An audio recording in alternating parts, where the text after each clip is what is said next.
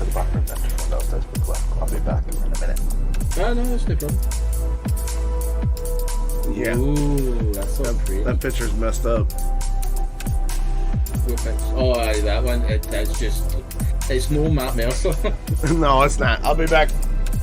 No worries.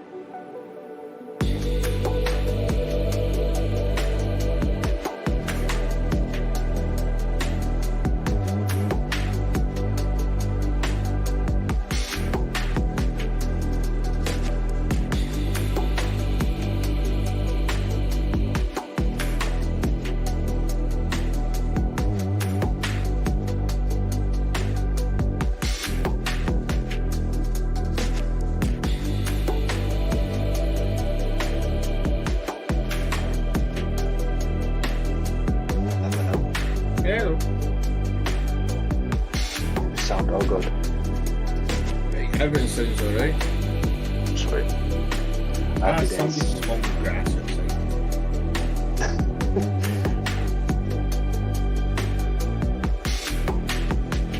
Smoking grass outside.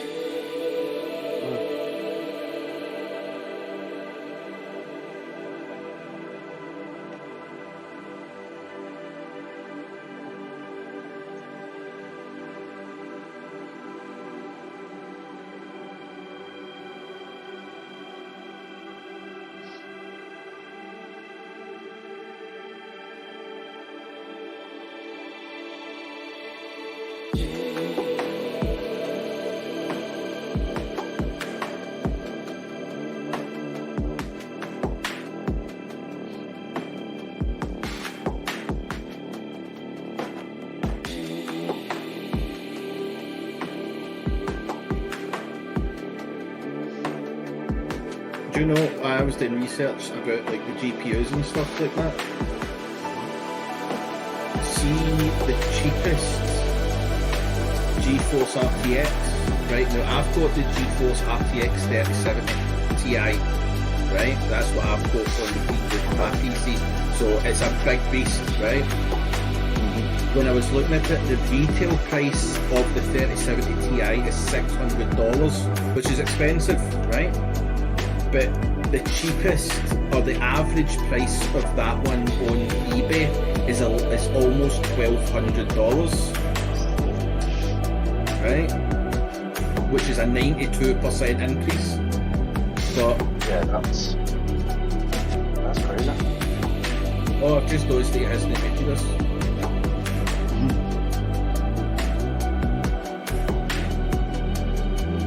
Oops. I've been talking about licking boobs and stuff.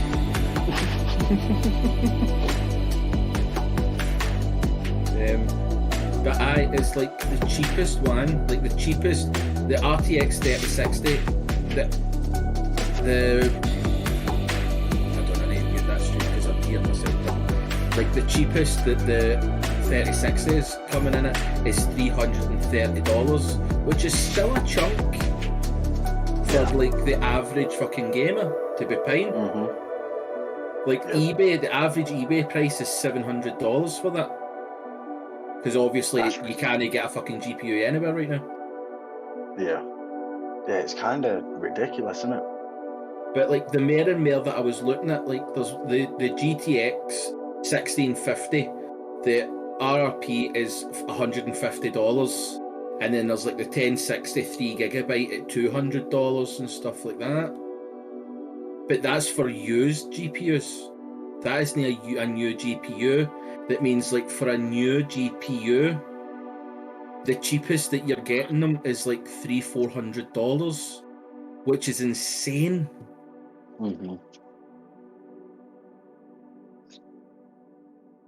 That's only one part of a computer you're having to pay that kind of money for. All right, I'm back. We're going to roll the stinger in about 5 seconds here. So shut your faces.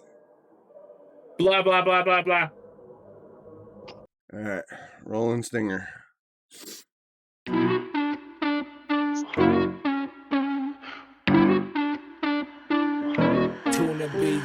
Welcome to the drunk tank. Take a shot and much thanks for you coming out tonight. Have a seat and come in, yeah. Now turn the lights down low.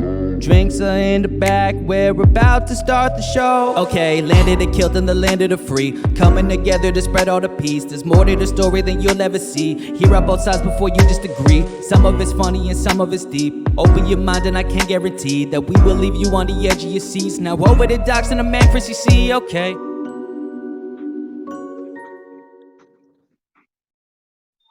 Well, as Matthew McConaughey would say, all right. Hey, what's up, boy? Welcome to the show. Welcome to the drunk tank. Chris, welcome to the show, buddy. How you doing today? I was doing all right until you tried to be Matthew McConaughey. I'm being honest. My Matthew McConaughey is just fine, all right? Go fuck yourself. It was not all right. How you doing, man? Looking forward to the show today? Yeah, sort of. Sort of. Like, it's been a long week. It's been a long week. Yeah, we got a lot to talk about. But first, we got a guest joining us. So we're going to roll that footage, and then we'll bring on today's guest. I've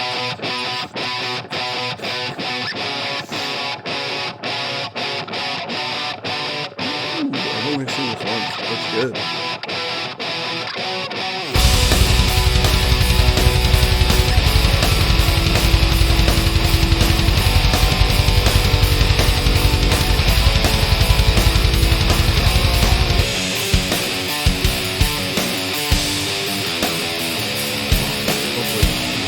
Let's fucking go!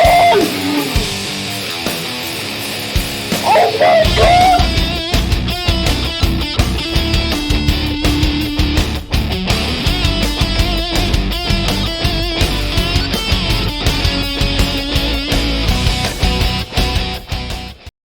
Wow, that was fancy. Everybody, please welcome to the show, Billbob Gaming. What's up, Billy? What's going on, guys? I appreciate you having me. We appreciate you being on. Chris, fancy. We getting fancy with shit now, ain't we? Yeah. Also, the audio did play, and it also picked up you saying, I wonder if the audio played. You know what? We ain't professionals, okay? The day we're professionals, the day the show doesn't work. So suck it. But anyway, For those of you that don't know Bill Bob, he is a Twitch streamer, a first-person shooter fuckboy, an Apex Legends and a Pokemon aficionado. So please welcome to the show, Bill Bob. Anyway, what's going on, boys? How's your day? How's your week? All right. Nice. Been chilling for most of the week, really. Yeah, that's good. Taking it easy. Yeah. At least one of us should after the week I've had and the week Chris has had. Holy shit. Anyway, we got a long show today. We got a lot to discuss. Interesting discussions coming up.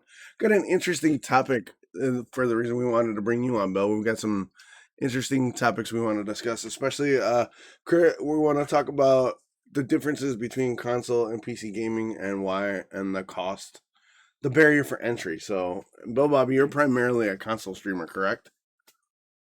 Yep, that is correct. Nice. So we wanted to get you on for your perspective because I started streaming on PC because I wanted to make sure my production was a certain level and I had the ability. I had a mid-tier laptop that could handle some stuff. So I made the choice to go PC for production reasons. Now I know a lot of people don't have that option, and I have a lot of streamer friends who are console streamers, and I wanted to get your perspective on it. Not only the differences between PC and console, but the reception of PC and console, because I know there's a lot of difference, and there's a lot of sort of, I don't want to say hate for console streamers, but there's a lot of things that console streamers that have to deal with that PC streamers don't. And I wanted to kind of see if you had experienced any of that. But let's get through the opening rounds first. Disclaimers as always. If you are joining us for a drink live or watching via VOD, please make sure you are of legal drinking age in your country of residence. 2, don't drink and drive or text and drive. And please remember to drink responsibly. Let's go around the map and see what everybody's drinking. Chris, what are you drinking today? I am drinking... I'm drinking Bailey's, but this is the luxury chocolate one because I thought, oh, I'd be fucking fancy today. And it tastes like melted down chocolate. It's actually fucking nice. I put some ice in it, which I probably shouldn't have because it's making it kind of go like it's like switching colours midway through. But like, it's actually really, really nice. It's smooth. It's got that little, like, you're drinking alcohol. It's got that wee kick at the end where it kind of goes up over 18s. But other than that, it's actually, I can sit and drink it. I mean, I've also got my ginger wine and like my beer, but that's my main one, and it's actually quite nice. I like it. Nice. I definitely recommend the luxury chocolate one. I don't know, the normal Irish cream one. I think it's just going to be shite.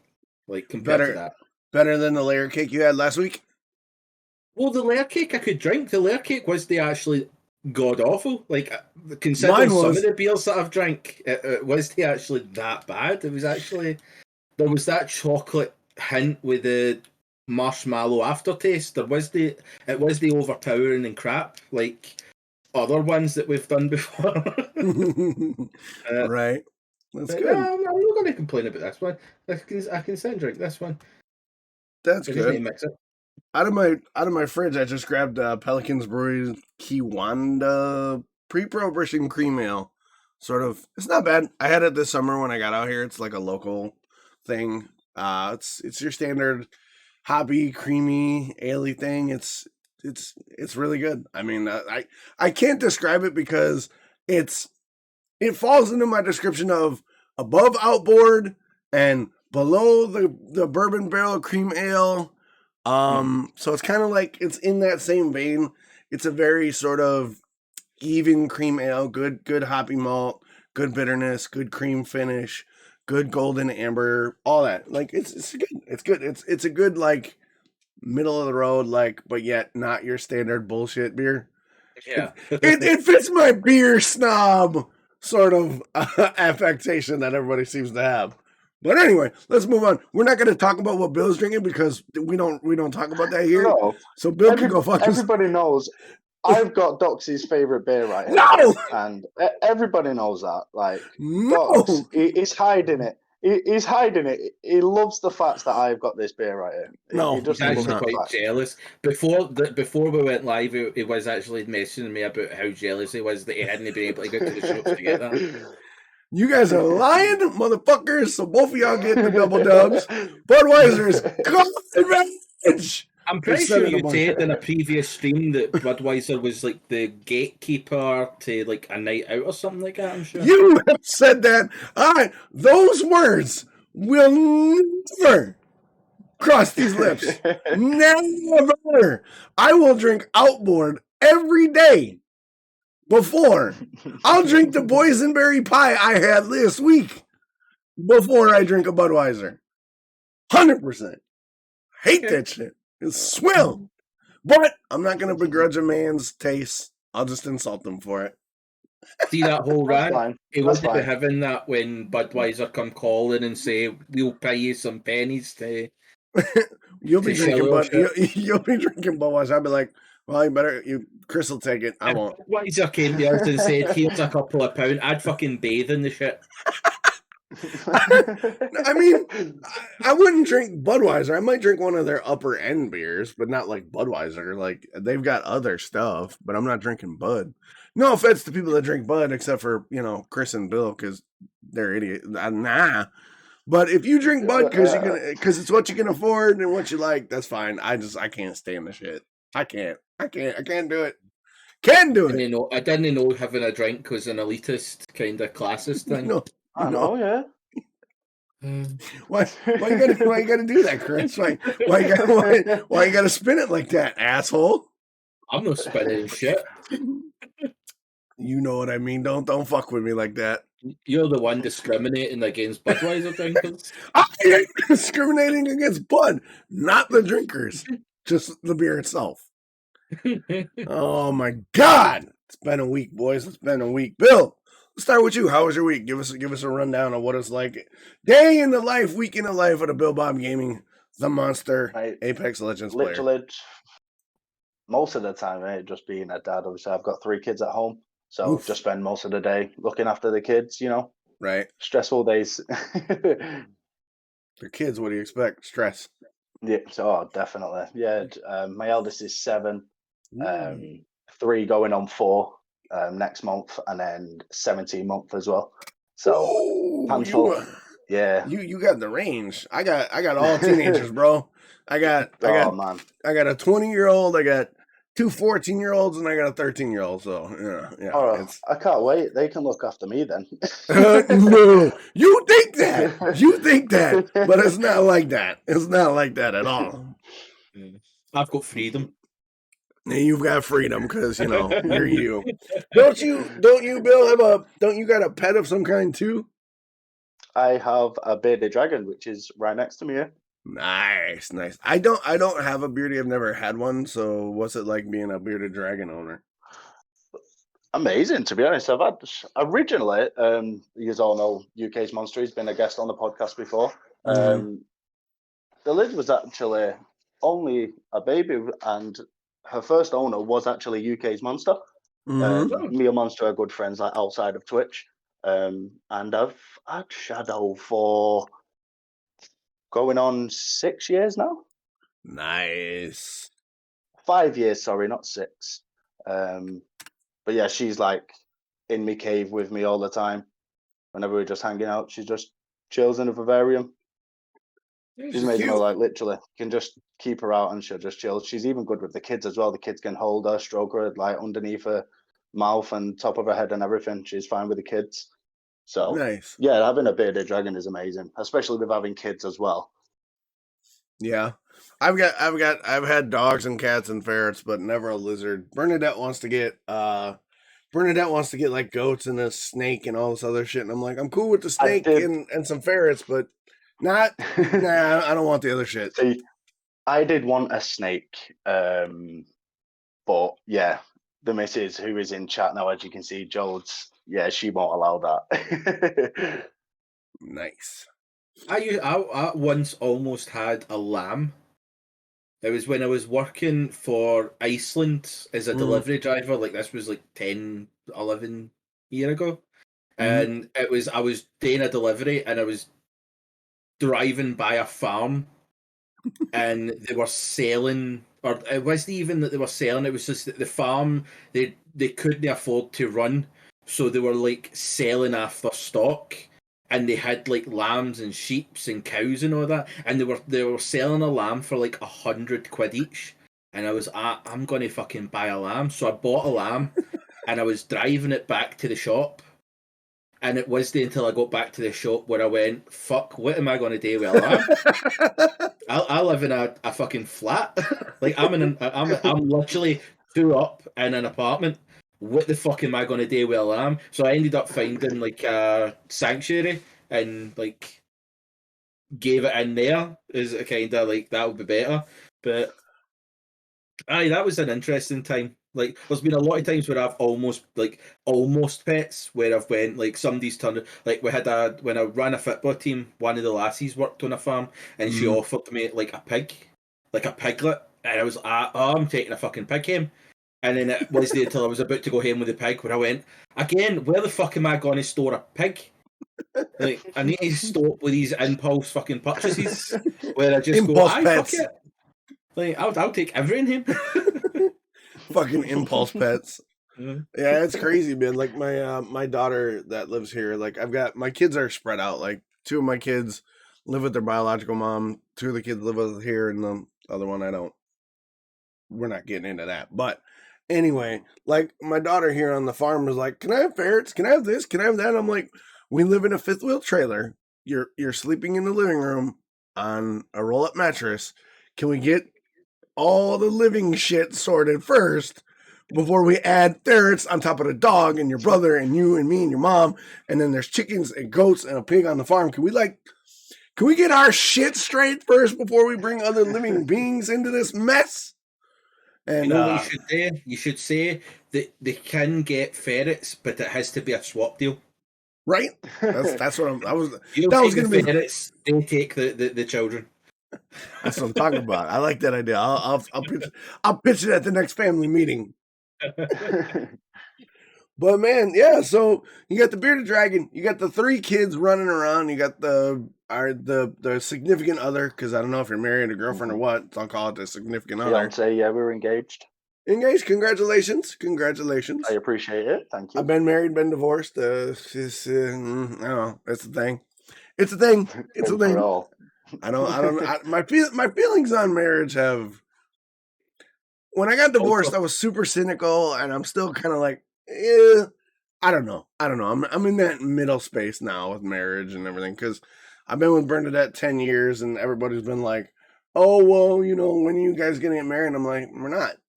And they're like, "Why?" I'm like, "I've been there one and done," and now I'm like, "I don't fucking know." I was like viciously against it. Now I'm just indifferent. So I don't know. Maybe they're wearing me down. Finally, after 7 years, chat is roasting you, Billy. Roasting you. Yeah. So, for those of you that are new to the show, Dox is a little extra scruffy today because I got roped into No Shave November this week on stream. Because me and my big mouth, we were sitting there talking about getting our nails done and whatnot. Because the last podcast, everybody was like, "Oh, get your nails done." Well, I was getting my nails done, and a bunch of chatters, a bunch of boys were like, "Well, why don't you join us for No Shave No Nut November?" I was like, "Nope, that's not happening." They're like, "What about No Shave November?" I was like, "You'll have to pay me for that." And then chat went, and I did the streamer mistake. Well, y'all gonna have to pay me for that. And then chat went, "How much?" And me not being like one of those streamers who are like, 10 gifted and I'll do X, Y, and Z, right? I'm not one of those guys. I was like, I don't know, if we get like another couple subs or whatever, I'll do it for shits and giggles, right? Because I'm not used to being like, "Oh yeah, well if you give me 20 gifted, I'll do this," right? I'm not that guy. So the minute I say a couple more subs, I'm like, "Yeah, if we get a couple more subs, whatever, I'll do it." Not even thinking about it, right? My brain just idly not even thinking about it. Sure enough, fucking 10, 15 gifted rolled in. I was like, fuck. Oh, shit. I don't want to November. I hate this. This I like, this I hate. And it's like 6 days in, and I'm like, couldn't I just cut my skin off? And my girlfriend's like, no, you opened your mouth and they paid you, so you gotta suffer. And she don't like this either. She's like, you're scruffy, go away. I'm like, woosah. Just, it's gonna be a rough month, boys. It's gonna be a rough month. What about you, Chris? How was your week? It's been a long week for you. It's been a long week for me, but let's start with you because I got a lot of shit to get off my chest. Yeah, no, I mean, it's not been massively, like, terrible, no, it's just been a busy-ass fucking week.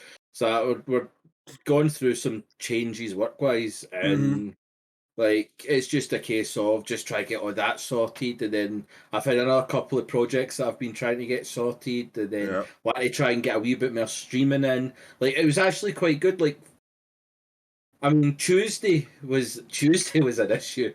What happened? Because I thought I had time to play games with Billbob, and it turned out I was forgetting things rather than having free time. Right. So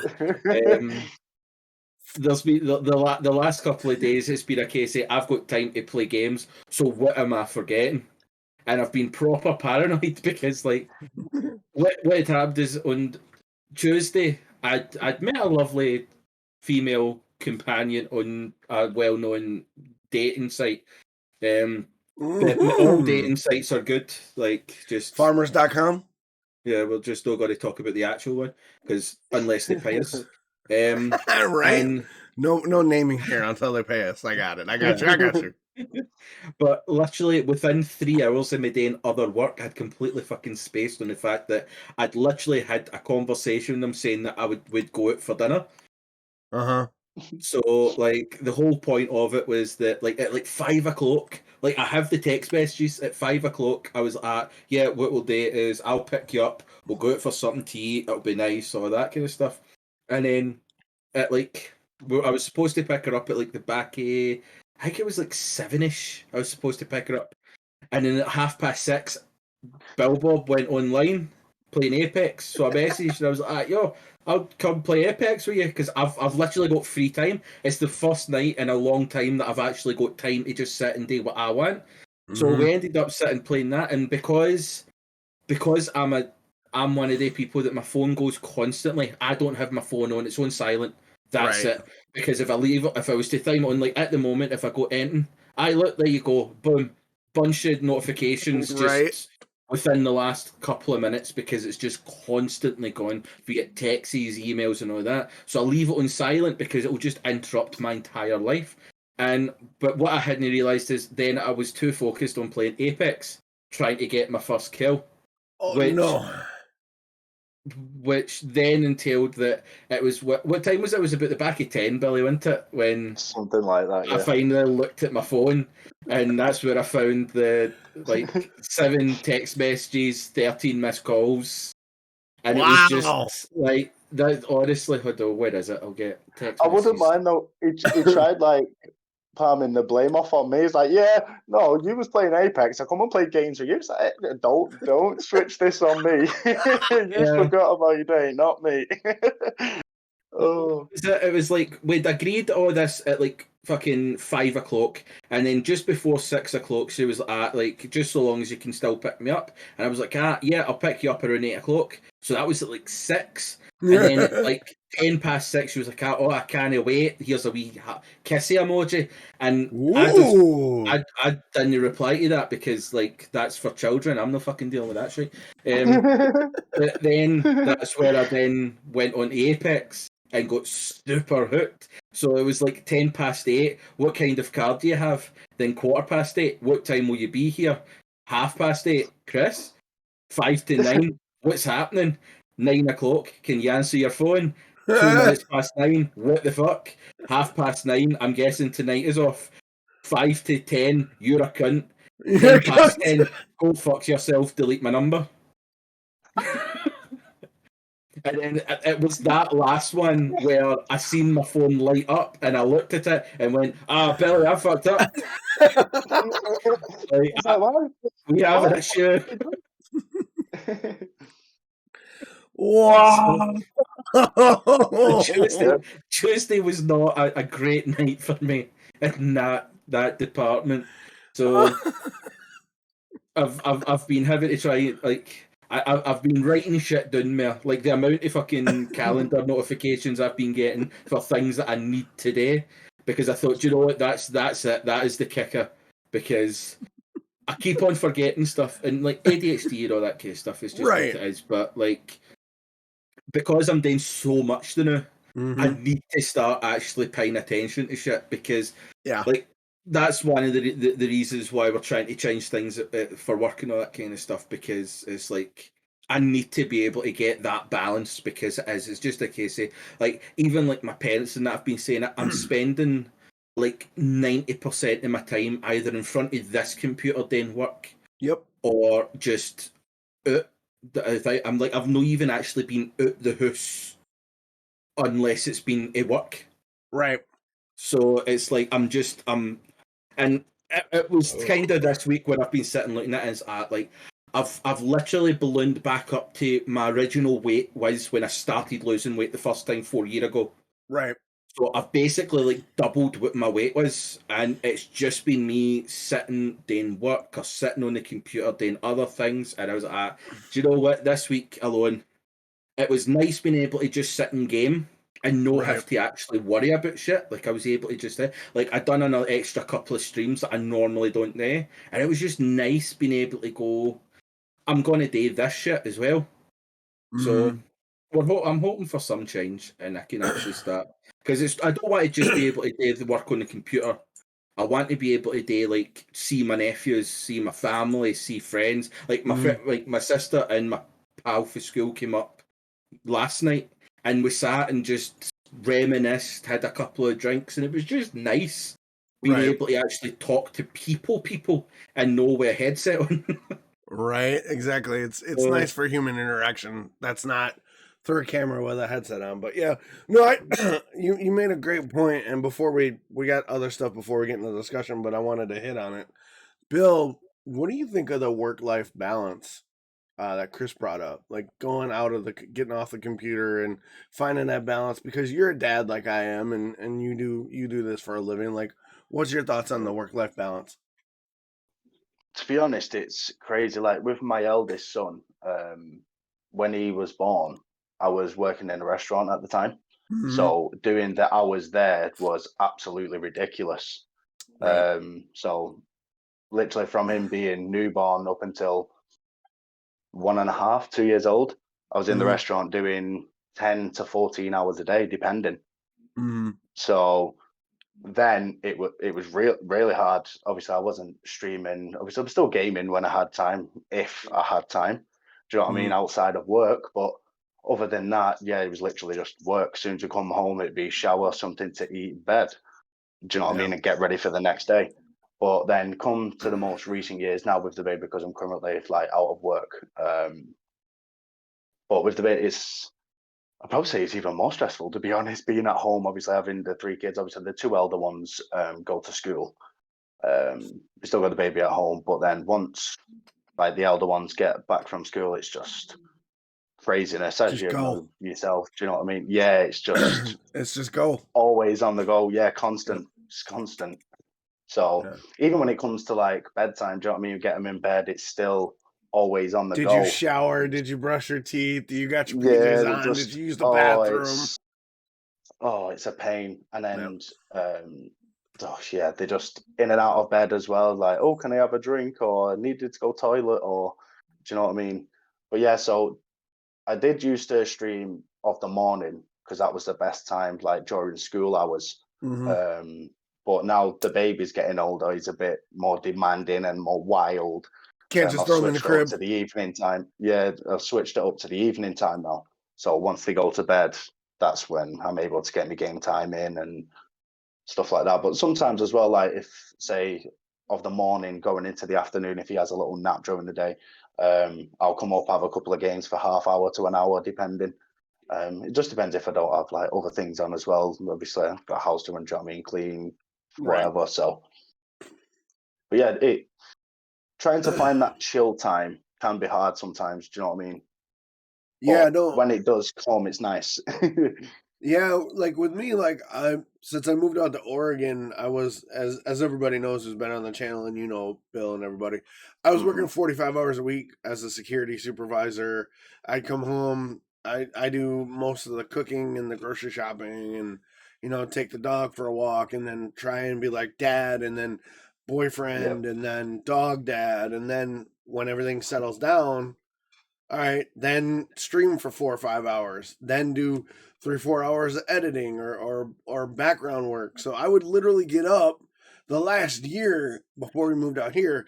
I would literally get up at 5:30 in the morning, go to bed at 2:30 in the morning, because I was working, streaming, editing, dad, trying to fit it all in, and it wasn't working. Like I was hitting my head against the wall. But when we moved out to Oregon, it was like, okay, you don't have a job, which drove me nuts, put me in a dark place, but try to get your disability and then work on the stream. Well, I didn't have my studio up for like 4 months. Now that the studio's up and the disability stuff is in the process, my schedule now is get up at 9 or 8 or 9, get ready for work from 10 to 3, kids get home,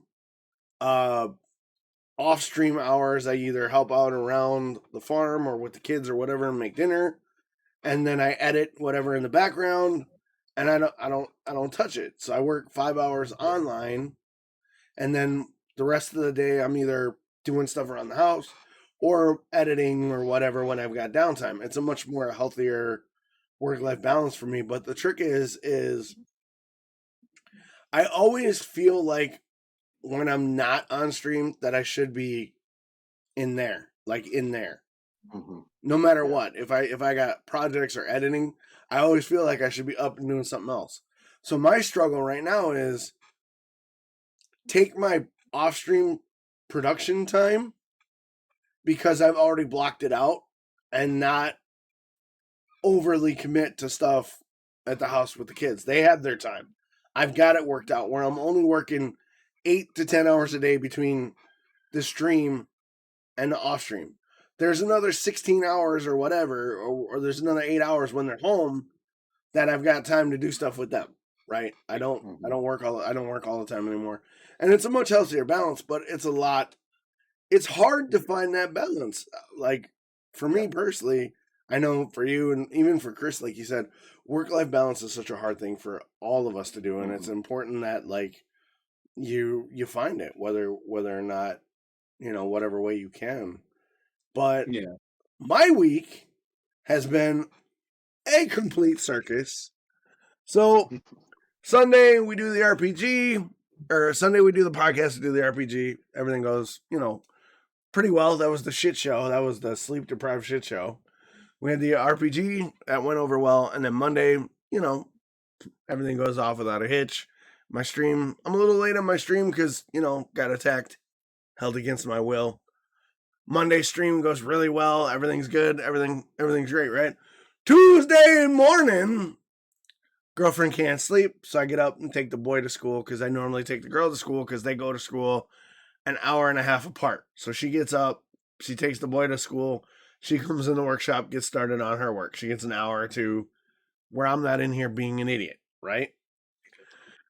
But she couldn't sleep, so I'm like, don't worry about it. I'll take the boy to school. I get in the car, don't take the dog with me, drop the boy off, no problem, right?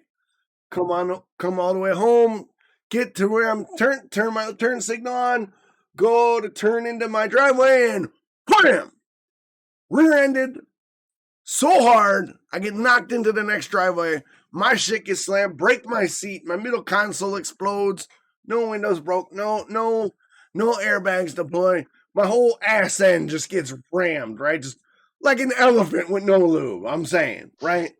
Just obliterates my back end, slams me into the seat, right? I get out, stumble around, look behind me.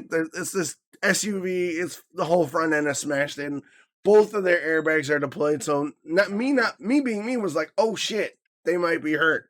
I might be hurt, but instantly it kicks in. Run down to her car. Hey, are you okay? I saw your airbags don't move, whatever. she gives me the okay sign. She's like, "Are you okay?" I was like, "I don't fucking know. I'm more worried about you." Right? In and out.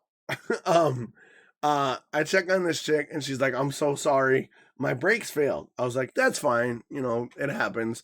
I'm glad you hit me instead of going into oncoming traffic because that could have been, you know, real bad." Right? State trooper shows up and he goes, "Hey, I don't want to be a dick, but I got to do this fast because I got grand jury and there's only 2 of us on duty. And I got to be in the Capitol in like 20 minutes and it's 40 minutes away." I'm like, "All right, insurance." The chick doesn't run away. She gets all her insurance. We swap details. Bernadette comes down. She like starts investigating shit because, you know, Bernadette, CSI, like, "What happened? How are you doing?" I'm like, "I'm fine."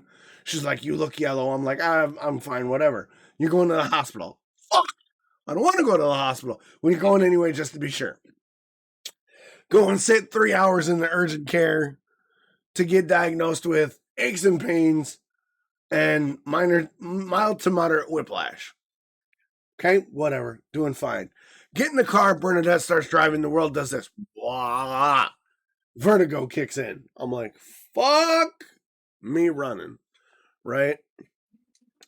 So, next couple days, I'm not allowed to do shit. Cancel my Wednesday stream. Just rest up. Feeling okay. Thursday hits. I stream Little Hope with Dread. That goes off phenomenally. Work out throughout the day. I'm feeling fine. Insurance calls me, hey, Dox, we got a bunch of stuff you got to do. Fill out paperwork. We'll take care of you. Here's the kicker, though. I've dealt with insurance back in Wisconsin where it was like, "We don't want nothing to do with you. Here's a check. Move the fuck along." Right? Here in Oregon, I got a personal phone call from a case manager who was like, "What happened?" Da-da-da-da-da. Tell her what happened. She goes, "Okay, we'll cover your hospital bills. We'll take care of your car. And we'll figure out how much it's worth based on her coverage because she's at fault 100%. I was like, "Okay, well, she said her brakes failed. It's mechanical. How's she at fault?" The woman literally goes, No. It's her responsibility to make sure her vehicle is roadworthy and well maintained. And she needs to be driving a proper speed and keep her eyes on the road." And I said, whoa, slow your roll. The girl said that she was driving and doing her job, but her brakes went out. She goes, "Doesn't matter. This is how it is. This is how we treat it." And I was like, I'm not, that's a little rough. She goes, "Don't worry about it. She's covered. We got you. You're both with Progressive. We'll take care of everything." I was like, all right, that was a little aggressive, but whatever. Friday rolls around, get a phone call. Same chick, Progressive. "Hey, Rick," or "Hey, Dox, how you feeling?" You know, my neck's a little fucked up. Vertigo kind of subsided. I'm still sore. Don't worry about it. Hey, we got some updates. We're going to give you an open medical agreement for the next 2 years. So if anything related to the crash pops up, vertigo, pain in your neck, whatever, covered 100%. Go to the doctor, get your shit checked out. I was like, huh? Say, what? She goes, "Yeah, it's on us. We got you." And I was like, this don't seem right. She goes, no, you're with Progressive 10 years. The woman's been with Progressive. You've got personal injury protection. This is how we roll. I was like, okay, I can get with that. And then she goes, "Oh, by the way, we got you a rental car on us." I was like, "Say what?" She's like, "Yeah, go pick up your rental. Do what you got to do until the appraisal on your vehicle is done. We're paying for everything."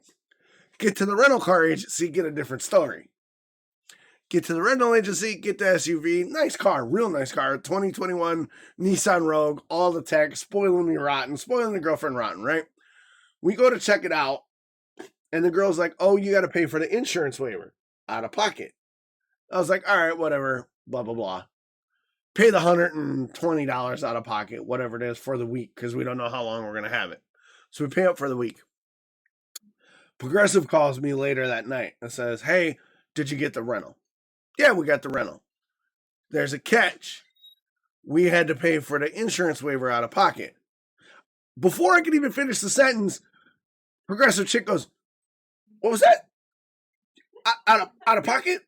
I was like, "Yeah, the woman at the rental agency said we got to pay it out of pocket." She goes, "Oh, no.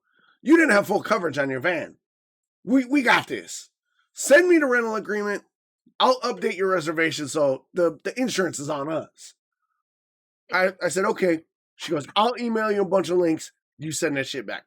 Saturday morning rolls around. I get up to go to the coast. Bernadette, drama happens at the house. We get it sorted, right? We go to the coast. I get a couple notifications on my phone. Bing, bing, bing, bing. Progressive, like 5 emails. I'm like, okay. It's literally my Progressive caseworker goes, send me the rental agreement and I'll reimburse you what you paid for the insurance immediately. Send me this release and we'll move forward on getting all your medical shit sorted. Okay? It's like, all right, cool.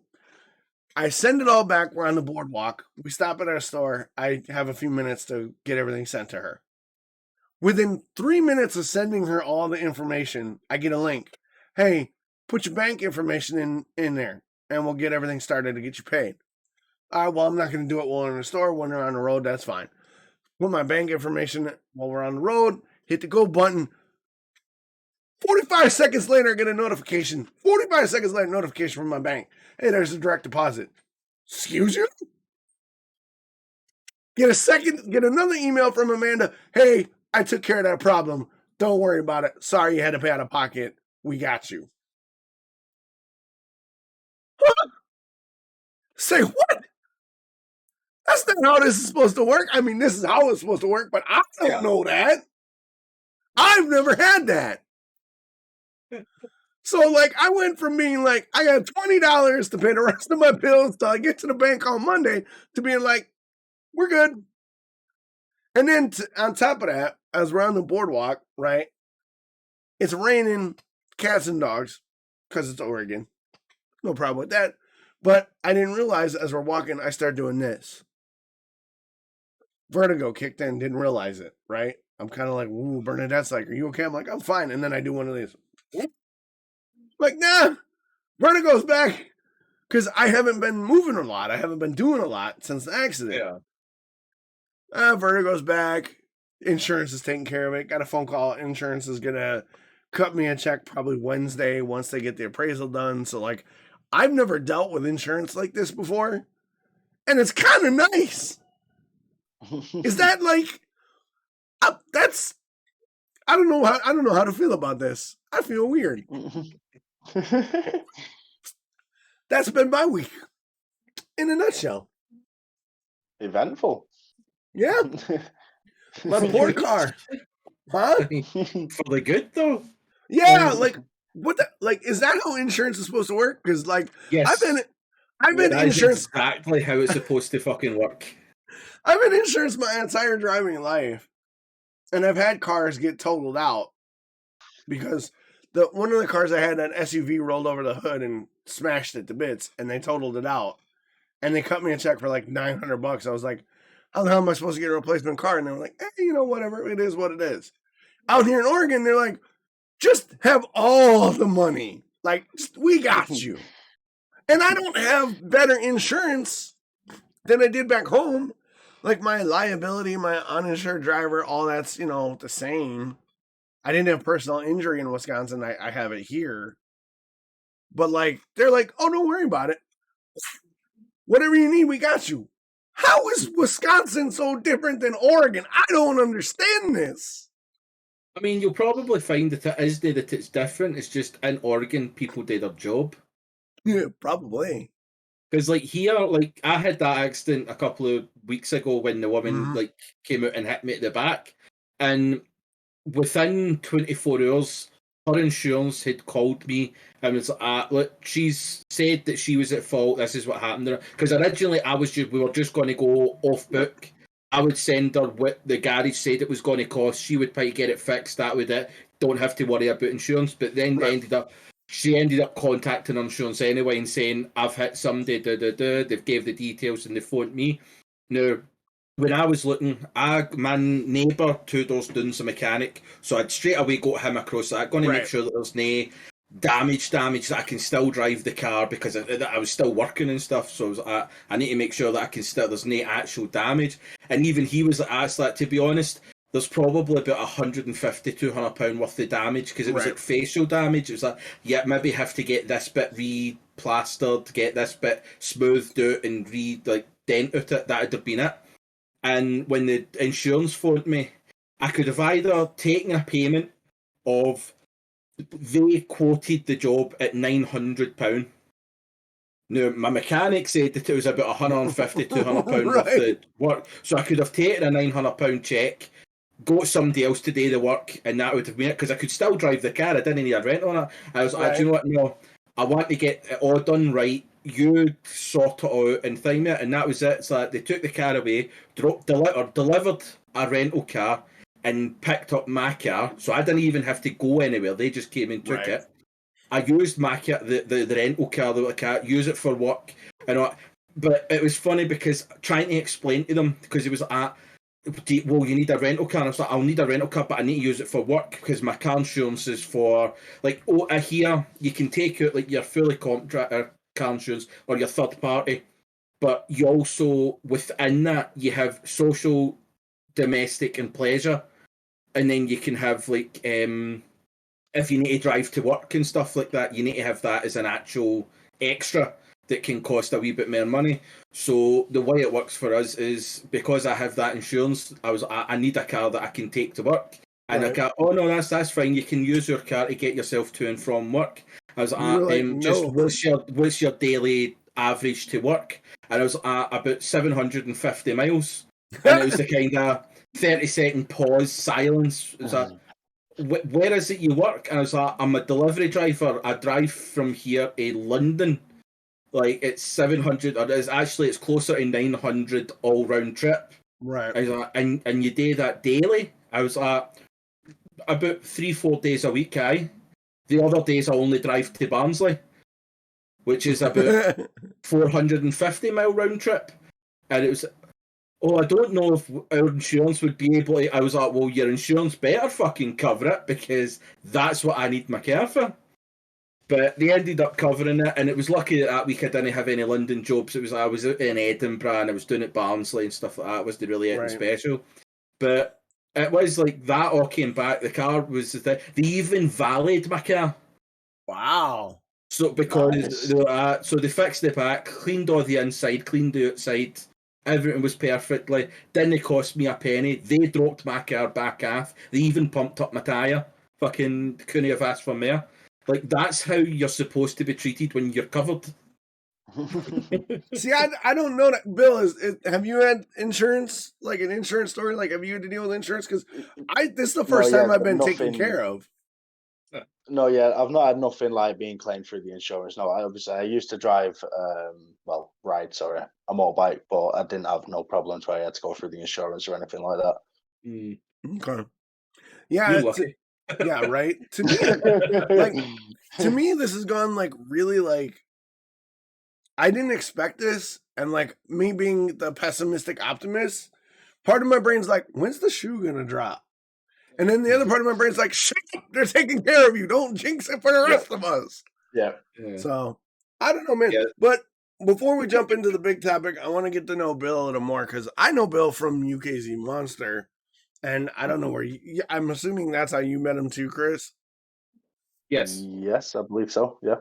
Yeah, because I found Monster through Silver Studios, and then Monster had me do voice work for Marvin. And then I would hang out in Monster Stream when I had the time. And then Bill was always popping up. And then Bill and I got to chit-chatting. And Bill and I are eventually going to hook up and do a project together, eventually. But I want to get to know Bill a little more. I know the stream wants to get to know Bill a little more. So we're going to ask you a few questions. You down for that, Billy? Yeah, and we'll chime in, too. So, typical question we ask anybody who's a streamer. What was your age when you got laid? 14. 14. Just saying. That's the questions we want to know. When do you lose your virginity? No, you've been asked, man. What's up? All right. Let's ask the bog standard. What got you started? What got you started in the stream game, brother? Well, to be honest, it was mostly to meet like new people, because literally every day, anytime I was gaming, it was just me and UK's Monster. Like, we'd be playing whatever it was, from Mortal Kombat to other shooters to Fortnite, whatever it was literally just me and Monster gaming. So We wanted to, how could I put it, spread the horizon, do you know what I mean? Try and find more people to game with and meet new people, just start interacting with a lot more players, because obviously we was always just in a party chat. We'd never speak in game chat. So it was literally just me and Monster for years, to be honest. Do you know what I mean? There'd be the odd time we'd be in game chat, we'd meet the odd person, but then it'd be a week to chat to him and then they don't game no more. Do you know what I mean? So it'd just stick back to the base of me and Monster. But yeah, like I've met some amazing people on the way, those like really have. So, but yeah, started streaming, like I said, it was just mainly great comfort zone as well. Do you know what I mean? Being in front of the camera to, do you know what I mean? To whoever's watching, really, even if nobody's watching, just having that camera on and knowing it's there, it's like, it's a bit nerve wracking, even still now after what, a year and a half of streaming, it still does get nervous sometimes, you know what I mean? Just knowing that the camera's on and you're live, do you know what I mean? So Yeah. But yeah, literally just mainly meet new people, find new people to game with, just have a good time, really, mate. Yeah. Do you ever get that feeling like I've done it a couple of times where like you've been streaming and all that kind of stuff. Do you ever get that feeling that see when you're gaming just off stream and all that, and you'll be doing something while you're gaming and go fuck the camera, like you'll like be trying to clean your nose or something like that, and you go fuck, I've just done that on stream, and then it is there till you realise, oh fuck, I'm not streaming. So I get that so many times. Like you'll stone up Like- and then go, fuck, I'm not wearing trousers. We're all right, it's fine. Yeah, like I do it on stream as well, like especially when I'm playing Apex, when I'm mid-fight shooting or whatever, I'll pull funny faces and tongue comes out and something, do you know what I mean? And then I do it off stream and I thought, oh shit, put my tongue back in, stop doing the face, just, do you know what I mean? Yeah, that's you mentioned a great point, is getting comfortable in front of the camera. Chris, you're the newest one to the stream game out of all of us. Was getting used to the camera one of the bigger issues for you? No, not really. Like it was weird because like I've never been somebody that wanted to be centre of attention or like I like to just be the guy in the background that can just sit and do the work and somebody else can take all the fucking, I don't care. As long as the work's getting done, that's it. But to be honest, it wasn't the camera that was the biggest issue. My biggest issue is, will people be able to understand me? Like that was what was more nerve-wracking to me, was just, what if people don't actually understand me at all? And it's just like because like it sounds stupid because like it's such a small fucking niche thing to be nervous about, considering I'm like so many people. It's like, oh, what if I'm terrible at the game? What if I look stupid on a camera? What if that? But to like most Scottish people, it's like we literally speak a language that 70% of the world speaks, but we still can't speak it right. Like our actual main language is something that we can't speak, right? And that was what was more worrying about me, is what if I'm talking too fast? What if, because like obviously the Glaswegian accent is, because I travelled for work when I was doing like the bike racing and stuff like that, and we travelled through Europe. I learned to adapt a kind of a slower talking speed, because we were talking to like French and Italians and Germans and Dutch and all that. Like I lived in Holland for a year, so it was like I learned to kind of change my accent enough that people, it was more noticeable to be able to understand. But I've noticed that there's times where, like, if I'm playing games, like even like especially horror games, the Glaswegian accent is like a low, fast, droning like language or accent. It's like my pal for Holland used to always say that if me and my brothers and that were in a room together and we were talking, she would have a really hard time keeping up the conversation, because we would be talking so fast and so low, and it would just be difficult. And I was always worried that I'd be talking like that and people wouldn't actually understand what the fuck I'm saying. Well, I get like that with my missus. Her dad's side is Scottish, so when all them are in a room together and they're speaking, I'm like, wait, Slow down, slow down. Come on, give me a second here. Then, like, Yeah. I'm still trying to figure out what they said like 4 sentences ago. Do you know what I mean? And they're on a completely different subject now. Do you know what I mean? So yeah, I can feel that. Yeah.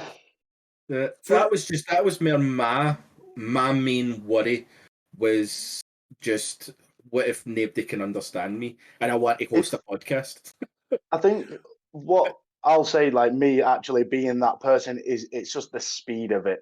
It's like Yeah. when you get proper talking to each other, like obviously I've witnessed it with my fiance's family, like they go very fast, and then when it gets to that point, my brain fries. It's like, wait, what? Yeah. What? Do you know what I mean? So yeah, for me, it's just the speed. Like once they start proper going, it's like, hold up, Yeah. like let's. Do you know what I mean? But when they're just talking normal, yeah, it's fine.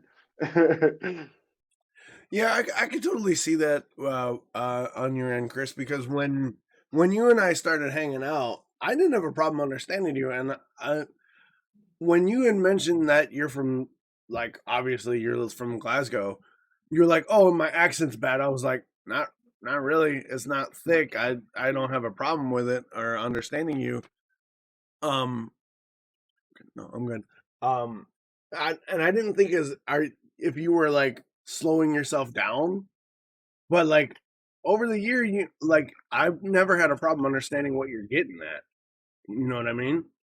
Oh yeah, well, I've definitely like from before I started streaming with like you and that. Obviously, I would game like with Titan and would play like, League and stuff like that. So just with my background and like doing the bikes and that, I've been able to like I slowed myself properly down. What I have noticed that when I'm playing certain like see when I was playing that Poppy Playhouse, I've clipped a few times where I went proper Glaswegian. Yeah, you have. Where like it was just in that fear. And there's other times like see back in June when I was doing the birthday stream and I was playing Call of Duty with my mate. There's a lot through that where me and him are talking and it does sound really, really quick. And I've noticed there's just a couple of times like when I'm not thinking about it. I have a lot more of the Glaswegian sort of drone. But obviously, it's just through practice and just keeping it going. But that was mere. It was always just, what if nobody can understand me and they're looking at me like this guy is shite at games.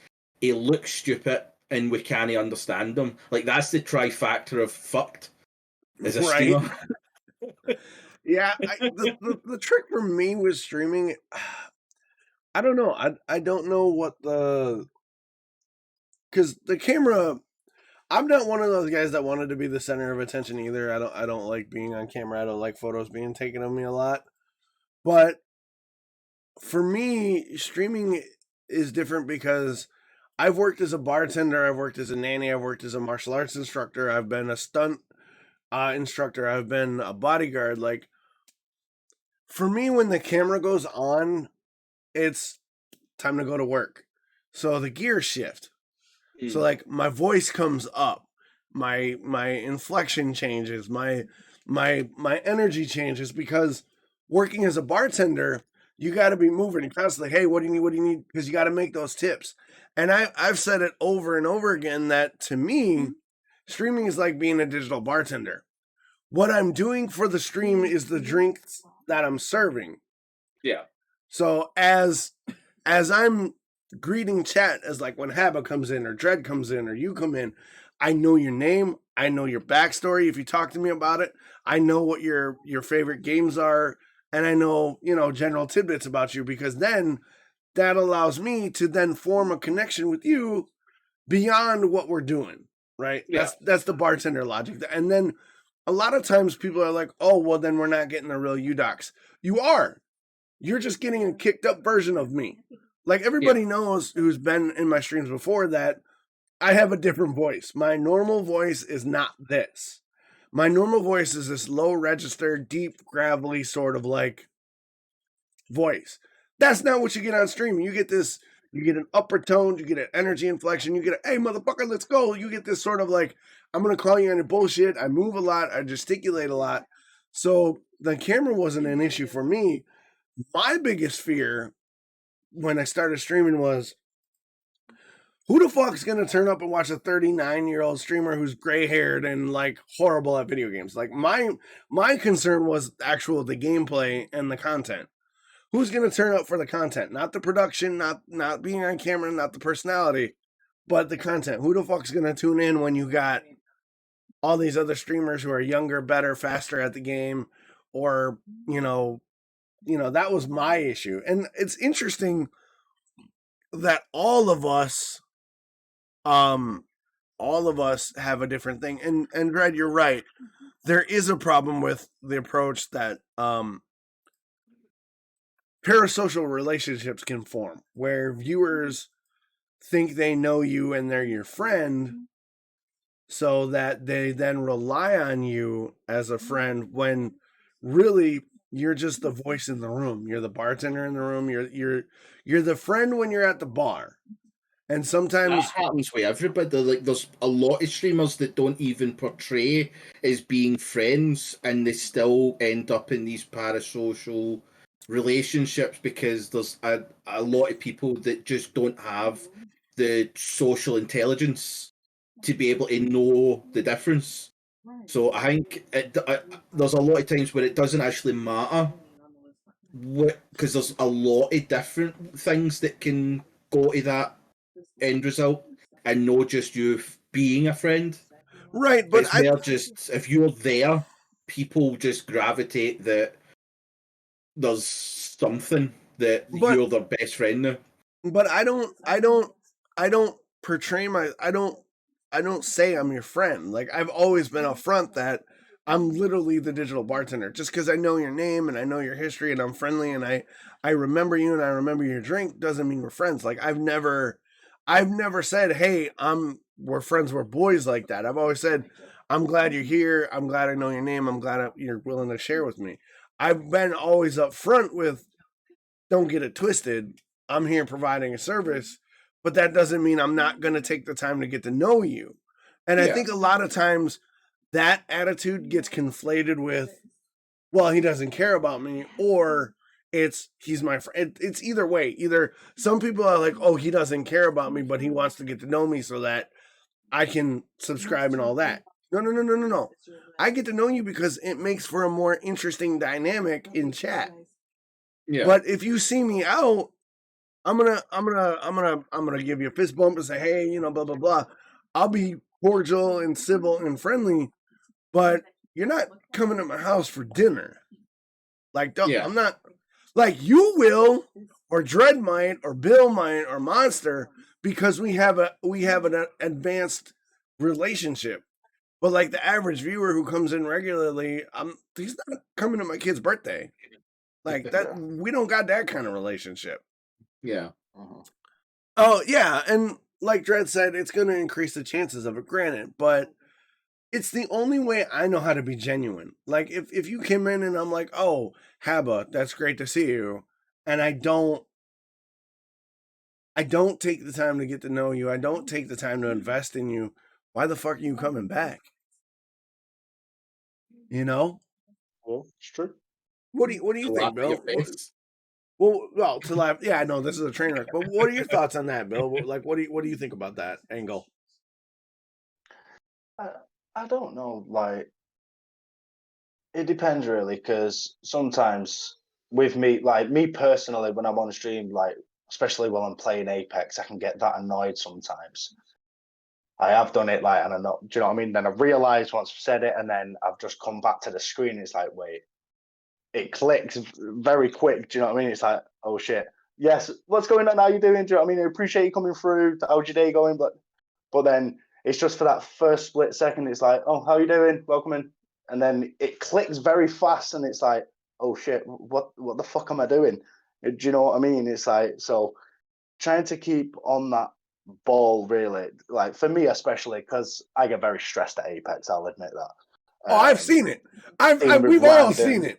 Do you know what I mean? So dealing with randoms is fucking stressful. So, but no, yeah, like when it comes to splitting the game when I'm speaking to chat, I do try and obviously break that stress level.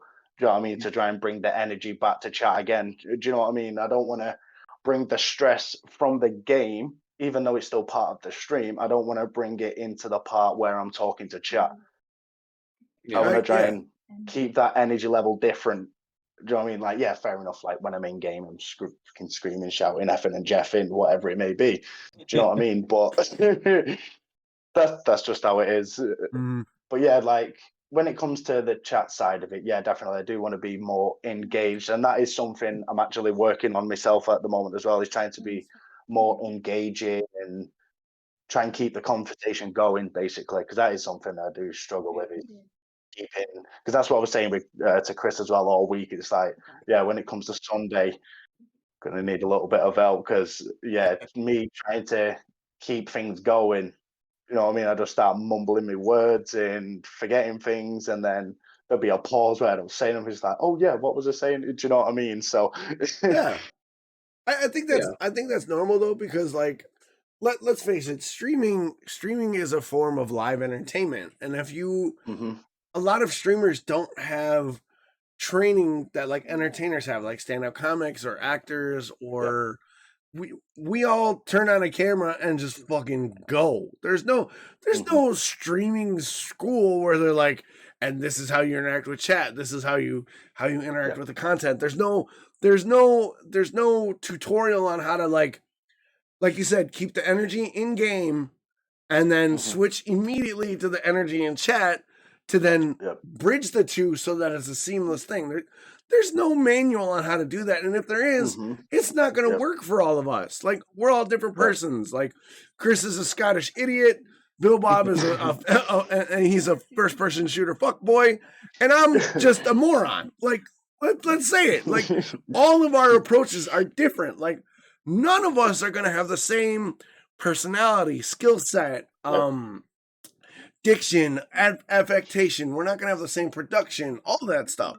So streaming, whether it's just chatting or video games or podcasts or voiceover or whatever you do, you kind of got to feel out you and your community. Your community has to like feel itself out. And one of the things that Chris and I talk about all the time, and what we'll go on, is through our network, our family, our community that we got, Chris's channel, my channel, your channel, Monster, Ready Play Go, all of these channels, Haba. We want to form a sense of community to where, like, and I think last week I made this analogy and I'll make it again. When you're done at Dox's bar, you're going to roll on to Haba's bar and have that same sort of communal, like, hey, how you doing kind of feel, but it'll be different because it's Haba. Or if you move from Haba to Billy, you're going to have a different experience, but you're still going to have that, like, welcoming, open, engaged sort of, like, feeling, but it's going to be different. It's like going to pool league. You don't shoot on your home turf every day. You got to adapt to the situation, and everybody's bar or channel in this analogy is different, and I think that's great, because I don't want to go to Chris's channel and see me, right? I don't want to see me being imitated. I don't want to go to Bill's channel and see Monster imitated. I don't want to go to Ready Play Go and see Critical Role imitated. I want to see Ready Play Go. I want to see Chrissy. I want to see Bill. I want to see Monster. But I want to have that sense of I'm welcome. And however the streamer provides that, I think, is the key to success, whether it be by being me or you or whatever. Does that make sense? Yeah. I think it's one of the ones, like, the way I would word it, which is pretty similar to you, is every stream is going to be different. Like, the energy and the vibe that you're going to feel in every stream is going to be different. Like you straight away, you can go to Haba playing like Uncharted last night, right? Or when, I'm sorry, I missed that. I was looking forward to that, but we didn't get back till late. Yeah. Well, even at that, like, you look back to, like, on a Sunday when she was playing Last of Us 2, right? We would be I'd be enjoying the game because I'd never played through the game, so I was enjoying the story. But the topics and conversations that we would have in chat it was that kind of way. It was topics in that you could see happening in other chats, but it was less that it was more just the fact that, like you said, you want to be able to send your viewers to another stream, and then they could, because you just move on, and it's like having a good night out, like bar hopping. I think what the difference is when you create a community that every streamer is proud of having. Yes. It doesn't matter what stream they go into. It's still, they're going to be respectful, they're going to be kind, they're not going to be cunts, they're going to enjoy the content, they're going to converse, no be rude. That's what you want. You want a community that can go into 5, 6, 7 different streams and act accordingly. Because you don't want, like, you could find it, like, you go into my stream and 9 times out of 10 I've got a horror game going, right? And it's about using like the sound alerts and just having time. It's less about having these big conversations in chat. It's more just about ripping the arse out of me. Whereas you go into Haba's chat and you're able to talk more about, like we were talking about in Last of Us 2, because it was like 20 years in the future, would tampons be out of date? Like, that's the type of conversation. But the topic heading, you would think, well, that's just a weird conversation. But we were going into a kind of like, it was more like problem solving, and we came to the conclusion that they must have came up with like a reusable system to be able to do it. So even though it sounds as if you were having this weird ass conversation about, in a video game, would tampons be expired? But it was like an actual conversation, and then talking about the actual game itself, like, oh, if you were Abby, or if you were like, what would your mindset be in that situation? Oh, I understand why Abby's been like that, but I still want her deed and whatnot like that. So like, you were able to have actual. It felt as if you were having stupid conversations, but having intellectual stupid conversations. You were having dumbass smart conversations. I get it. Yeah. And then like you go into like Zim's chat, and you can just sit in Zim's chat, and Zim, he's a lot more thingied on talking about the game at hand, yes, and talking about like RPG games and that, and giving advice on, oh, I like to do this, I like to think like that, and that's the type of conversations you have more in Zim's chat. And then you go into like Billbob's chat, and Billbob's chat's more about, because it's like Apex and the FPS and stuff like that. You can have a certain conversation, but it's more about just watching the gameplay. Again, the way like Amber with the horror games, you're more focused on the gameplay as opposed to sitting chatting. But then at the same time, when Billbob's playing like the Spider-Man games and that, the chat is a lot more like actual having conversations, talking about like Marvel and Pokemon and all that. So you can, even just in the change up a game, you can see the difference even in the same stream where the chat can be. And I think that's more the community that I'd like to be a part of, is that you can jump about different streams, be respectful, be kind, show support, and be the community that we're not seeing in society now. Like that's what we want. Well, just 100%. To add to that quickly, like you said, like it depends on what game you're playing. It really does, because depending what you are, like you said, going to the Spider-Man, that can spark a conversation going into Marvel, DC, all the recent films, going into comic books for the past 50 years. Do you know what I mean? Yeah. Going through all like the different movies, what's happened, and there's so many different things where going about Apex, where you're going to talk like, oh yeah, what do you think of the new season? Yeah, it's great. It's all right. Do you know what I mean? A few things could like be changed, whatever. What do you think of the new map? It's really good. It's huge. Yeah. What do you think of the new legend? Abilities are okay. Do you know what I mean? Ult could probably do with like a bit of a buff, but other than that, yeah, overall, 9 out of 10. There you go. There's conversation of Apex done. Yeah. Nice. Do you know what I mean? Where with Spider-Man, even just like Spider-Man itself, just going speaking about all of his villains, and there's just so much you can get into with just each character.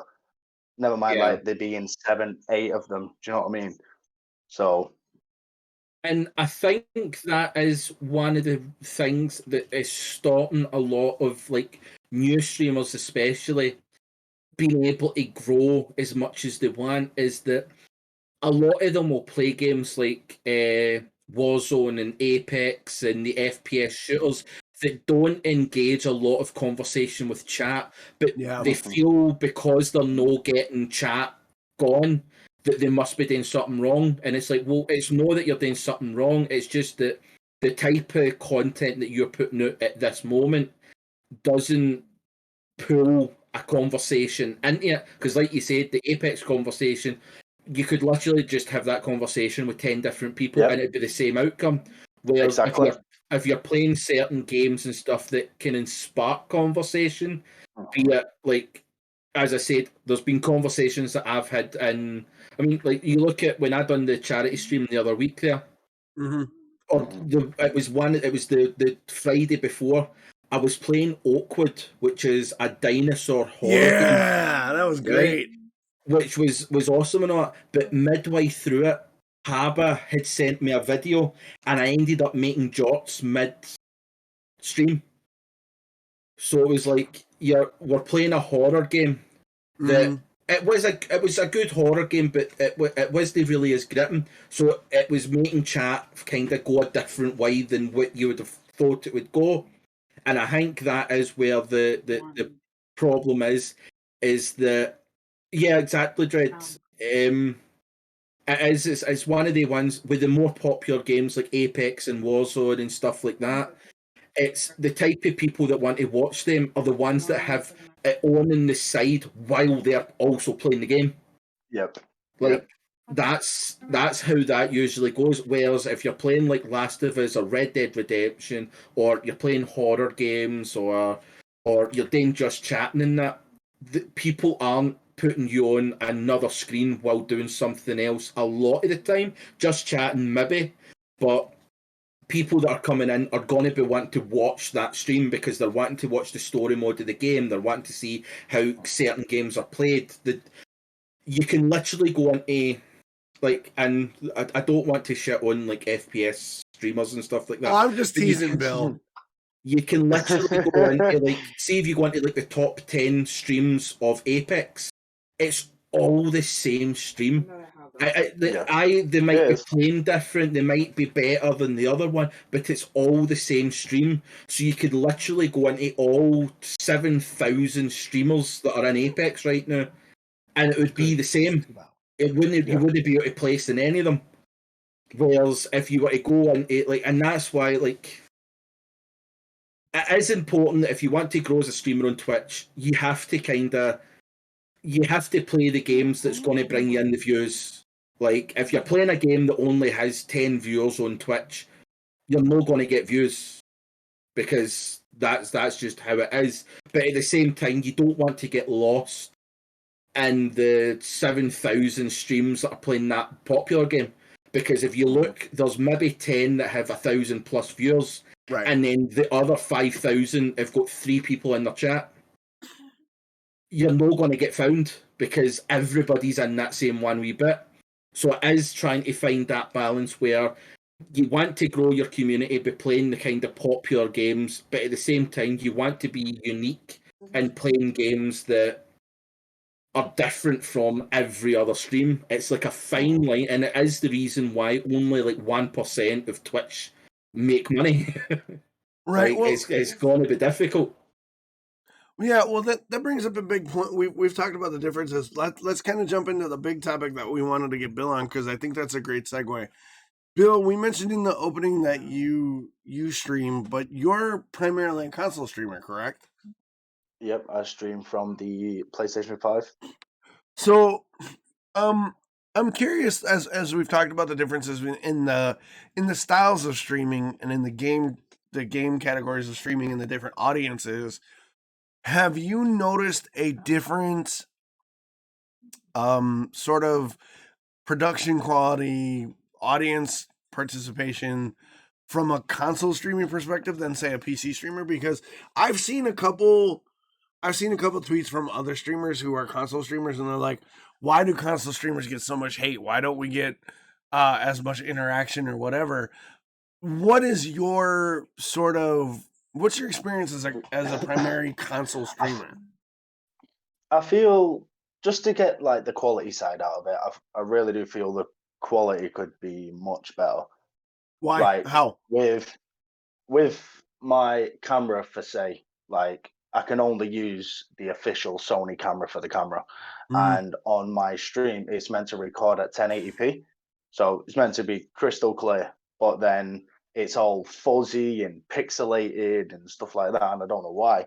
I've looked up and it should be fine. Where there's a clip that I had from when I first got the PlayStation. Well, when I first got the cam, sorry, and it was clear. Like the camera was clear. So I don't know. It's like over time, the quality of the camera itself going to the stream has just dropped like tremendously, and I don't know what it is. I don't know how to fix it. Don't know what's gone wrong. I don't know if it's the camera itself. But then even like streaming while I am live, I have the cam up on my screen while I'm playing, so it obstructs a certain part of the screen.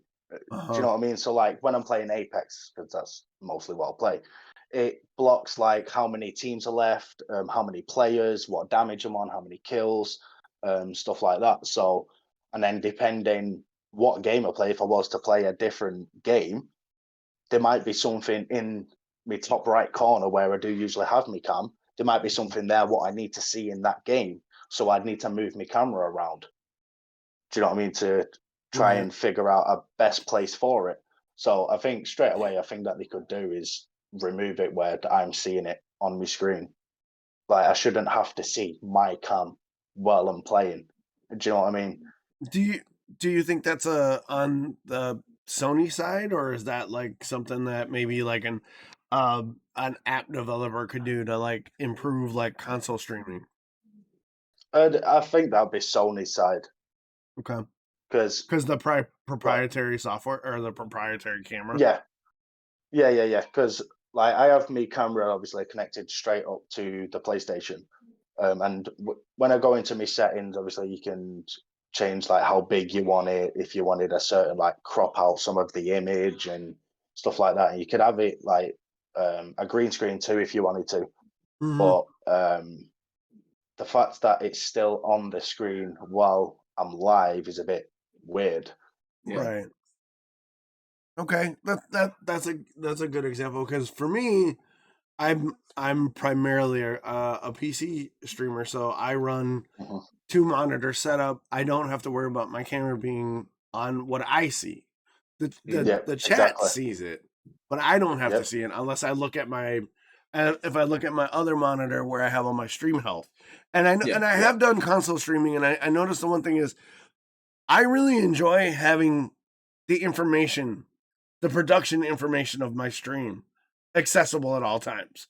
Is that something that, from a console standpoint, you feel that might benefit console streamers, having some way to like be able to like see your drop frames, see your bitrate, see your chat scroll, see your event log, see your mixer mic, all that? Like, is that something that would be good, definitely. Like, because literally while I'm live, the only thing literally you do have, unless you can have it as the overlay, but I have it turned off, is the chat.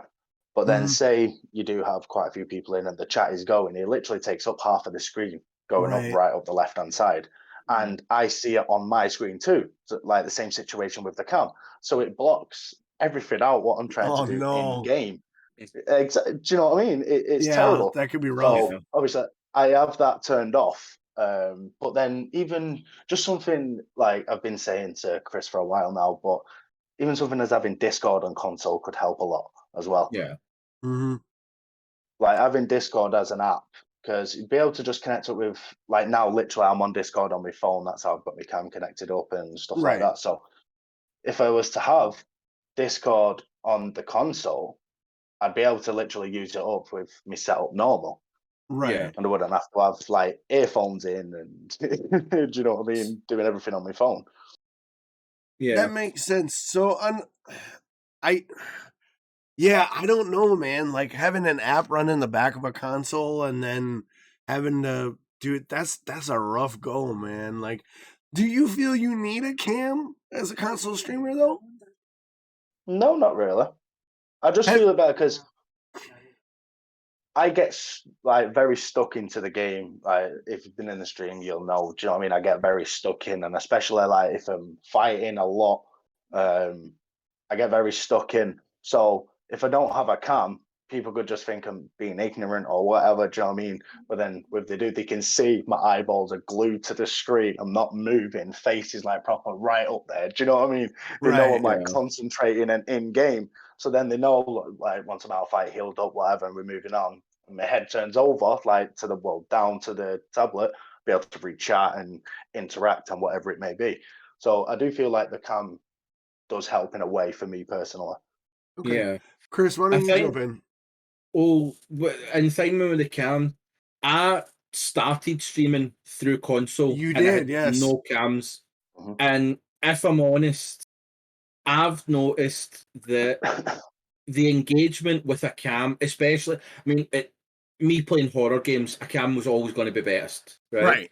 Yeah. But I have actually noticed, I've been in other chats, like in big streams, small streams and that, and see when people are looking to raid.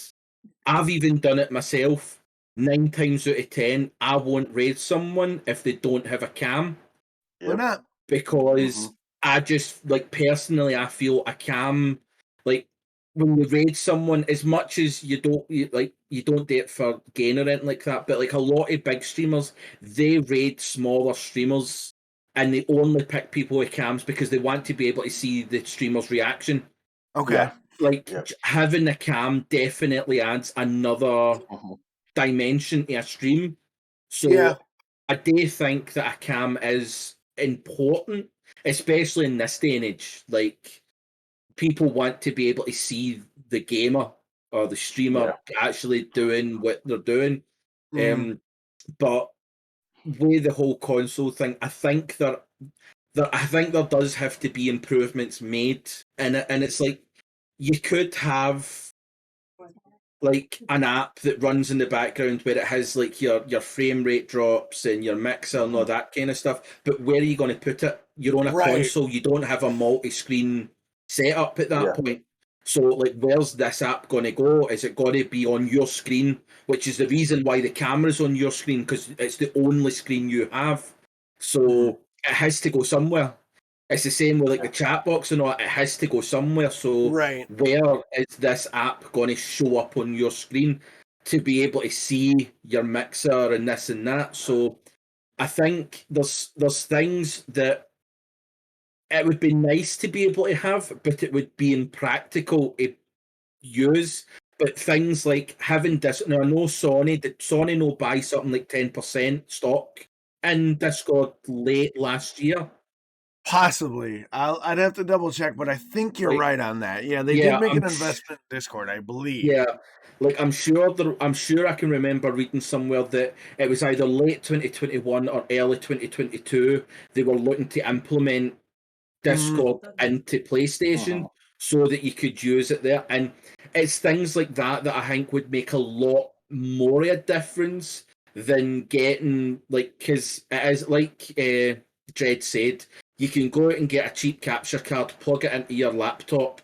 The way I had my stream set up when I got my first camera was that my stream went through the capture card and the only thing my computer ran was OBS. And it was still tanking, but everything else had to run through the PlayStation. It was the only way I could have that set up run. So unless you have a computer that can even just run OBS with the capture card and all that, it's difficult because, you can turn around and say, well, it's a $30 external capture card, that's all well and good, but you're going to have to spend $300 on a laptop that has the capabilities to run the programs. More than that, I bought a laptop, spent £300 on it, mate, and literally I sent it back the next day. Like, literally, it could just about run Twitch on the browser. Yeah, like, literally, it got sent back the next day. To get a laptop to do that, I was just literally reading Dredd's message there, and no, you're gonna easily be spending £700 to £800 to be able to have the power within the laptop, be able to run everything what you need. That brings up a great point because the distance between having how do I want to phrase this? The gap between having a console and having a PC to stream on is quite large, I found, because not only do you need from a perspective, you need to have a PC that can run the games at a good quality, but it also needs to be able to run streaming software to at that high quality. And it seems like the barrier for entry of that is just ever increasing. Like, you look at PC prices nowadays, and graphics card prices, let alone, are kind of ridiculous. And I know, Bill, you've been talking about trying to get a PC. Like, what's that experience been like? I know you touched on it a little bit, but like, can you go more in depth of like the barrier to entry on a PC for like a streaming setup? Well, I'll just start with like when I've looked on the websites, do you know what I mean? Like these custom build PCs and even like pre-builds as well, just looking at the parts, like my brain just fries, mate. I haven't got a clue. So a lot of what I do know about all the PC parts is from asking other people. But yeah, just even like me and Chris have been talking about like possibly buying parts, do you know what I mean, and doing it that way, get all the parts up and then build the PC up at the end. But it's like the prices of them, like going paying £300 to £600 on each part. That's not going to be able to get done. Do you know what I mean? Especially with 3 kids, house to run, and it's hard. Do you know what I mean? Even just to like, just on one part for the PC, like I was just saying, it's £300 to £500. Say, do you know what I mean? For just a cheap part and used one, if that. Literally, I paid that for my PS5. Do you know what I mean? And I can game and stream on it. Yeah. Yes, I am in chat, Dread. I don't know why you can't at me, dude. Yeah, I had a. Sorry about that.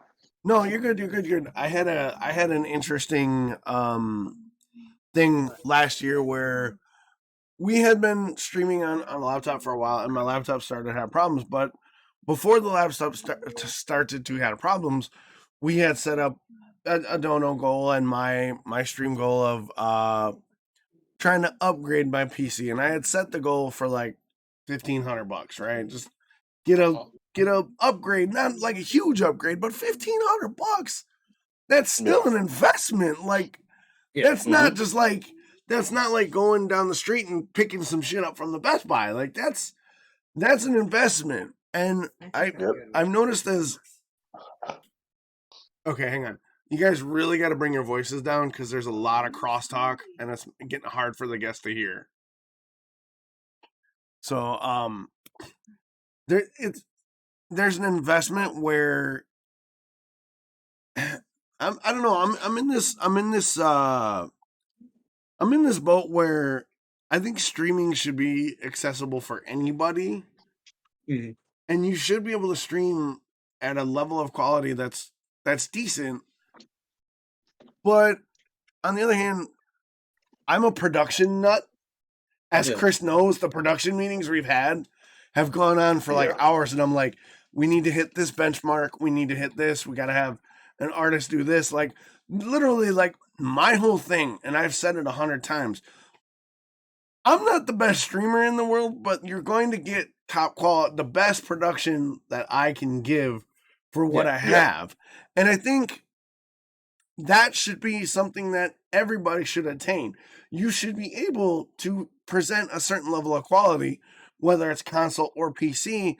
And because streaming has become a social phenomenon, I think there should be tools at every level of the stream game, from like low end, and I this is gonna sound off, and I don't know how to say it other than this. So just piss off everybody. The low end sort of console stream, because like we discussed, consoles don't have all the assets that PC streams do. So on the lower end of streaming, you have like the console streamers, and then on the upper end, you've got like the boutique PC streamers. There should be toolkits to provide you the best production at every level of the game, regardless of what level you're at. Yeah. Because streaming has become such a global phenomenon, especially during the pandemic, that you would think companies like Sony and Xbox and Discord and Elgato would have toolkits so that the production level of those streams can be the best what they can. Because let's face it, as a streamer, you've already got so much stacked against you. You've got you're a small fish in a huge pond. You've got, like, for me particularly, I don't stream Apex or shit like that. So I'm already putting myself on the lower end of discoverability, right? Yeah. There should be toolkits and production assets available regardless of your level. And as you progress and be able to upgrade, you should have more and more of those toolkits available. Do you understand kind of what I'm trying to get at? Yeah.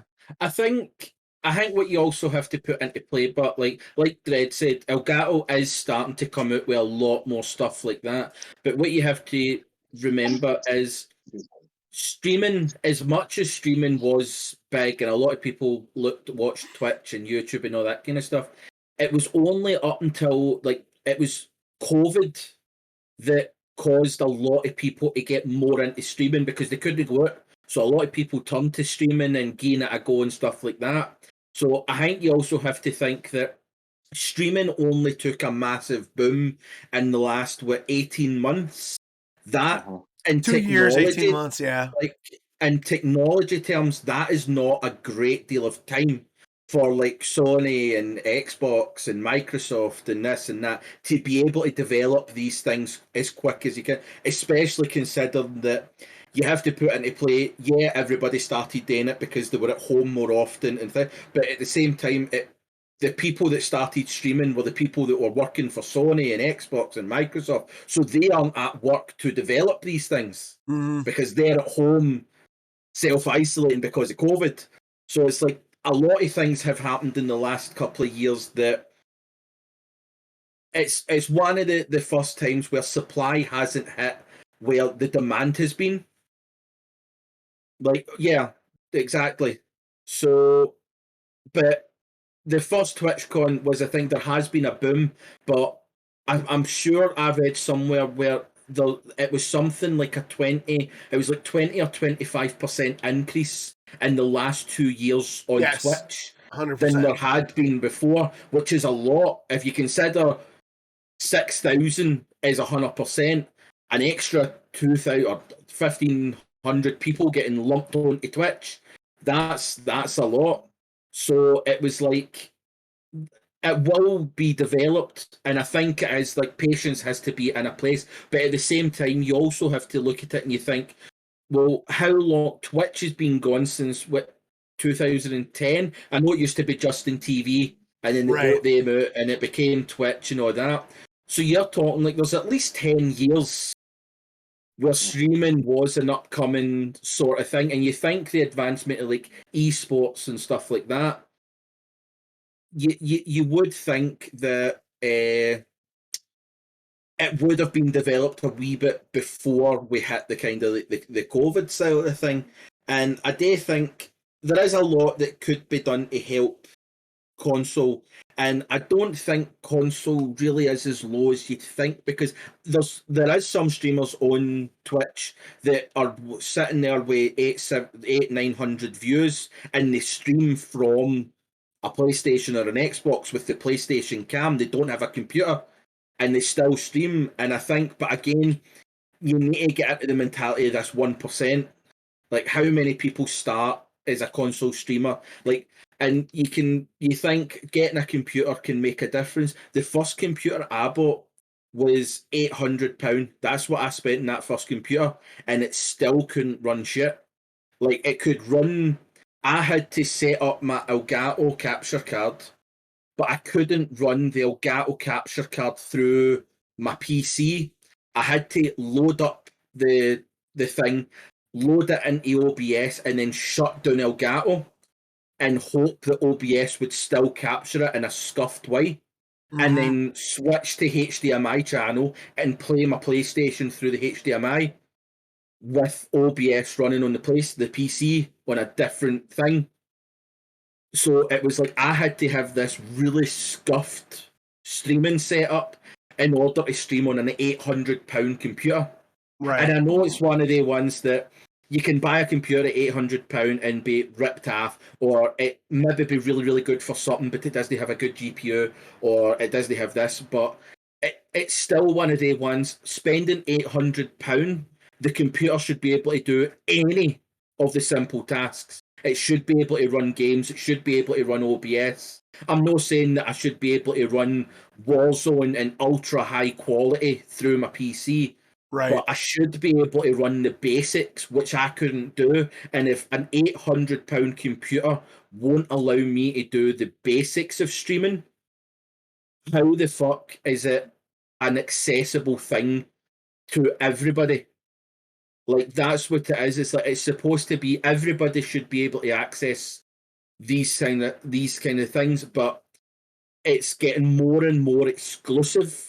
Yeah, Like it is. the setup that I've got, like I know, Dox, you had your laptop and it just went to fuck. Yeah, and it just went downhill fast. Like everybody kind of chipped in parts in that, and I'm not saying that the parts that were chipped in were cheap. It was just spare parts, but they were still expensive to thing me. Fuck yeah. But when you thing me that, and you consider the PC that I got. Now, the PC alone with all the stuff cost me £2,700. It was rough. a big fucking investment. My 2 new monitors cost me $500. I spent a lot of money getting this set up because I knew I wanted the upgrade. I had the money and all that. How many people can you turn around and say has got $3,000 sitting there that they could spend on a computer? I don't. I know I done over the top. I did not need this to run what I wanted to do. But on the other scale, an £800 computer wasn't enough to simply run an Elgato capture card through it. Yeah. That's the worry. What do you think, Bill? Because this particular hits home to you because I've talked to you countless times about you are looking to get a PC. What do you think of what Chris just said? Like, what's your thoughts? Exactly. Like I don't have $3,000 to go and buy a PC. Do you know what I mean? It's one of them. I don't even have £800 to go and buy a PC at the moment. So yeah, I'm in a predicament where I've just got to deal with what I got. It does its job. It's not at the best quality at what I'd like it to be or what it should be, but it works. You know, obviously the PC will definitely be bought in the future. There's no if or buts about that. There will be a PC bought, but timing of that may be a little later than what I wished for, because I was hoping to have a PC early this year, to be honest, but obviously shit happens. Do you know what I mean? Fucking COVID, price inflations, fucking oh mate, it's been crazy. And yeah, like we were speaking to Chris a little bit just before we started, and the prices of some of these PC parts are just absolutely insane. Yeah. So like we were saying as well, like trying to build a PC, getting parts like every couple months or whatever. Do you know what I mean? It's £300 to £500. I don't have £150 to £200 every month to put away to buy one part every 3 months and then take 2 years to build a PC. Yeah. Do you know what I mean? So yeah, it brings up an interesting dilemma, because on the one hand, like, streaming is a self-employed profession, right? Yeah. So all the cost of production, all the cost is on you, the business owner, right? But that being said, I feel you shouldn't be priced out of the career because of your income bracket. Now there's an argument to be made about, oh well, streaming is kind of could be considered a luxury profession because you got to have a good PC, you got to have, free time where your bills are taken care of while you build up the business. Yep. I get that. Yeah. But I don't think it should be an elitist exclusionary career. Like, anybody should be able to get into the stream game. Like, years and years ago, I had the idea of being a streamer because I used to watch podcasts, and I was like, oh yeah, I should do it. But then I looked at like the equipment and the fact that I didn't know anything about it, and I didn't pull the trigger on it. But once I got into it, once I dipped my toes into it, there was a community of people that helped me out, that raised me up, that taught me stuff. So if you look at streaming on paper, yes, it is sort of an enthusiast career. It is sort of a luxury career, I guess, for lack of a better term, because you do have to make quite an investment. And that's one thing I want to talk to you about, Bill, when I finish my point, is the investment. You do need to invest in like tech, but you also need to invest in like production elements. And for me, I've got 5 or 6 different overlay setups. I have custom emotes. I have custom artwork installed. I have different overlays for different setups, RPGs and podcasts and stuff. You as a console streamer, how do you present stuff? Do you have overlays? Do you have alerts and things like that? How does that work for you being a console streamer? If you would have asked that question a week and a half ago, I would have said no, I don't have any at all. But there's this site what I use called Lightstream, and so basically you go on there, you sign in through your Twitch, and whenever I click I can set up a load of overlays on there, like which are created through Stream Elements. Copy the URL and send it over to Lightstream. Add it on there. Add the game source. So it's similar to OBS kind of, but it's all done through the internet. It's like through its own like cloud server, if you could put it. So everything's done through the internet. It doesn't take anything from the console or anything like that. It's not too bad. But obviously, you got to go through the stream elements, create your overlays, what you want, how you want it, and then just add it through Lightstream. And then as soon as I click live, it sends it through Lightstream to add all the overlays on top of the game source. And then that's what the viewers see on stream. So yeah, I do have the overlays. I've been working around, like I've changed in the past week and a half, I've changed them like 3-4 times, just trying to find something what fits what I like. But no, yeah, the alerts and stuff like that, it really does help, because there's been times I've been gaming away, like I said earlier, I get really focused in the game sometimes. There's been somebody would pop in chat, drop a follow, and because you don't hear it, it's like I'm just focused away, and then 5 to 10 minutes may have passed. It could have been so concentrated on the game. Yeah, they've gone unfollowed. It's like, do you know what I mean? He hasn't got the time, but where now I've got that alert going off, it's instantly I can look over, see what it is, greet somebody, say thank you, whatever it is. Do you know what I mean? So it really, really does help having them. Yeah. It really does. All right, cool. Yeah. That's a great answer, because I heard about Lightstream, but I didn't know anything about it. So that's really cool that that's an avenue for production for console streamers. Chris, it was Monster that recommended it. But like he's got PC himself. He streams from the PC, so he didn't know how it worked. So I've had to figure all that out myself, like going through setting everything up and stuff like that. It's been a bit of a pain, don't get me wrong, but it's all worked out in the end. Things are still a little bit choppy, as the best way of putting it, but do you know what I mean? For something where I didn't have them before, I can't really complain if it's just a little bit. Do you know what I mean? The quality is not 100%. I prefer it having overlays at 85-90% than not having none at all. Yeah. I think it is one of the ones that, like, talking about the investment in streaming and stuff, like getting the tech in that is anything. And Dredd does make a good point that all businesses have a startup cost. It's just how it is. I just sometimes feel as if, businesses have a startup cost, but when it comes to like this level of thing, the streaming aspect, you can expect like, well, if you're wanting to make this kind of money and stuff like that, but we're also getting to a point where in order to basically even just play certain games, you need to have top of the line. So it's not necessarily just about the streaming aspect and making money that way. It's about just being able to enjoy. Because was there no a big thing about how the Cyberpunk game that was coming out, in order to play it, you had to have like one of the big fucking chunky GPUs to be able to even run the game. Well, I got Cyberpunk on release. I did. I got it release day, and I booted the game up, loaded it, and I think I was in game for all of 15 minutes, and it turned off and got it refunded. It was terrible.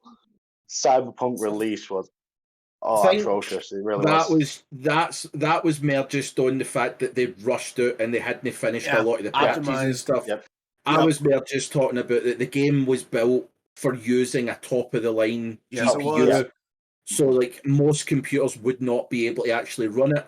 So it's like I know that's like one game, but is that going to be the continue on that game developers are going to create games that you need to have top of the line? So then it's less about it being a business investment. It's now being that in order to even enjoy just playing a game, you're going to have big rigs and stuff like that. Because it's like you go into a delivery system, the delivery business. Yeah, there's startup costs, but you're talking £300 to get into we use Courier Exchange and a lot of your stuff. Mm-hmm. Courier Exchange is £400 for 6 month contract or the use of the app. So you're £400. You can go and get a cheap car. You can go and get a cheap van that costs you a couple of £100 to start you off, be able to run. So like turning around and thinking that you can start a delivery company for half of what the basic PC setup is, and there's more chance of you making a decent amount of money in delivery than in streaming. So it's like it is one of the ones that yes, there has to be an investment, and with streaming especially, a lot of people don't realise that there is a monetary investment. There's a time investment.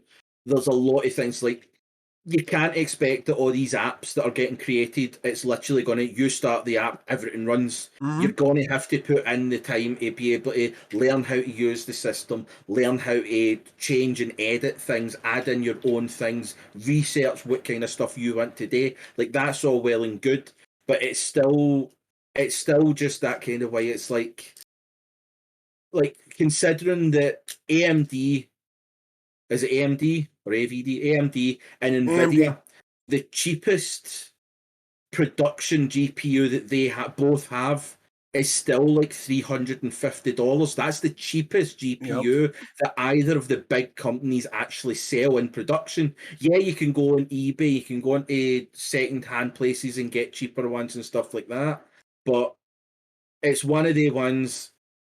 The biggest companies still outprice a lot of people on the smallest, and I'm pretty sure like when I was looking it up, I'm pretty sure when I looked at that price, the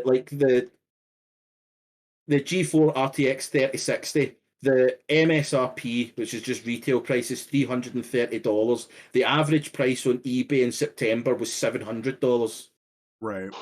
That's what you're buying on thing, because they ones either limited, there's not a lot going about because everybody's bought them up. But even at that, I used GeForce RTX 2060. The RRP is $350. That's for a 2060. You're talking, there's one, I used 1650 GTX 150, but on eBay it's $260. Right. So you're like, it's still a lot of money for used. And then you have to go, well, if you buy used at $200, how much use are you getting out of it? Are you going to get 6 months and then it blows? Are you going to get 5 years and be lucky? So it's like that's more the thing where it starts, like, where's the inclusivity of PC gaming? And it's like you were talking earlier about how console gaming has this like almost hate. And it is like there's always been this banter rivalry between PC gaming and console gaming, and then you've got the ones that take it serious, like people that are on console are just the scum, they're poor, and all that kind of stuff. Right. Like, well, you can turn around and go like, look at all these PC elitists that claim that console gaming's smaller or it's stupid and it's only losers that play it. You're like, well, how many people have a 3070 or a 3080 on their rig? Like the PlayStation 5, I'm pretty sure has got a better GPU than a lot of base set PCs. Mm-hmm. So there's a lot of streamers that have a PC that actually have a smaller GPU than the PlayStation 5. And it's like, well, who are you talking about being more powerful when your computer couldn't run what the PlayStation runs? And I Here's think the thing, that's where what- it's like stupidly placed hate. Yeah, that is Go the ahead, thing. Bill. What I do find funny in games, like when a PC player will come across a console player, and you can tell. Do you know what I mean? So if somebody's on console or if somebody's on PC, you just know when you come across them. And I'm like, oh, get the fuck off your fucking shit console, you cheap ass thing, blah blah. Like, how much did you pay for that? It's like, well, yeah, but I paid less than a quarter what you have paid for your PC, and it can do exactly the same thing. Yeah. Exactly. And it can play all my games at better graphics. So. And the worst thing is a lot of these people are using a controller on their PC to play these games. I Do you know do. what? So That's it's like, that's one thing it's- that does bug me about this aim assist argument is if that is the case, like for me, I'm talking about Apex. Like Right. this is where I'm saying people moan about aim assist and stuff on Apex, right? Fine, let me use my keyboard and mouse. Why can't console players on Apex use their keyboard and mouse, but PC players can use controller? Why is that? Trust me, if I had the option to use my keyboard and mouse or wasn't using my aim assist, I wouldn't, and I'd still slap you. So believe me, if I had the option, I would. Do you know what I mean? But yeah. you get limited. That's another thing. Then limited on console it's only a little thing. But a shooter, if I go on Call of Duty, I can use my keyboard and mouse. Why can't I on Apex? Unless I buy some stupid little adapter or some other bullshit. Do you know what I mean? But why can a PC player use a controller and moan about aim assist, but then don't give us the option to use my keyboard and mouse? Do you know what I mean? So, yeah. I think that's just an argument that will never end, to be honest. Yeah. I think that speaks to, because in the last couple minutes you guys have mentioned some really great points, and I want to touch on them before we go kind of into game releases and kind of get a little more information with Billbob. But I think it touches on the elitist angle. Is it, because Chris mentioned it, the income side of it. You can start up a delivery company and make way more than I've made streaming in the last 3 years in a week. Like Bernadette made, like just this past week, she made triple what I made in a year on streaming. So why is it that, and I don't know if anybody can answer this, but I'm going to throw it out there because it's something that I've been thinking about, is why is streaming so production high but income deficient in the beginning, where if I go work for DoorDash, all I need is my car and I can pull a lot of money? Like, why is there this sort of thing where, like, I think, do you know what I'm asking? Go ahead and chime in if you understand. I think what it is, basically, a lot of with this online entertainment, like streaming and everything like that, they can watch it for free. So why are they going to pay for it? Unless they're getting that satisfaction of, like, they're really enjoying themselves, they're getting the content, what they want, and they actually do want to support, why would they spend the money? Do you know what I mean? So that's where the streamers do suffer. It's like, yeah, they're watching the content, like, but so say you're watching something on Netflix or Disney Plus or whatever it may be, Amazon Prime, you're paying a subscription for it. Otherwise, you ain't watching it. Yeah. Do you know what I mean? Where we're basically doing the same thing. We're providing that online entertainment, but we do have that subscription service, but it's optional. So I think that's where it sits, is a lot of people, they can watch the content for free.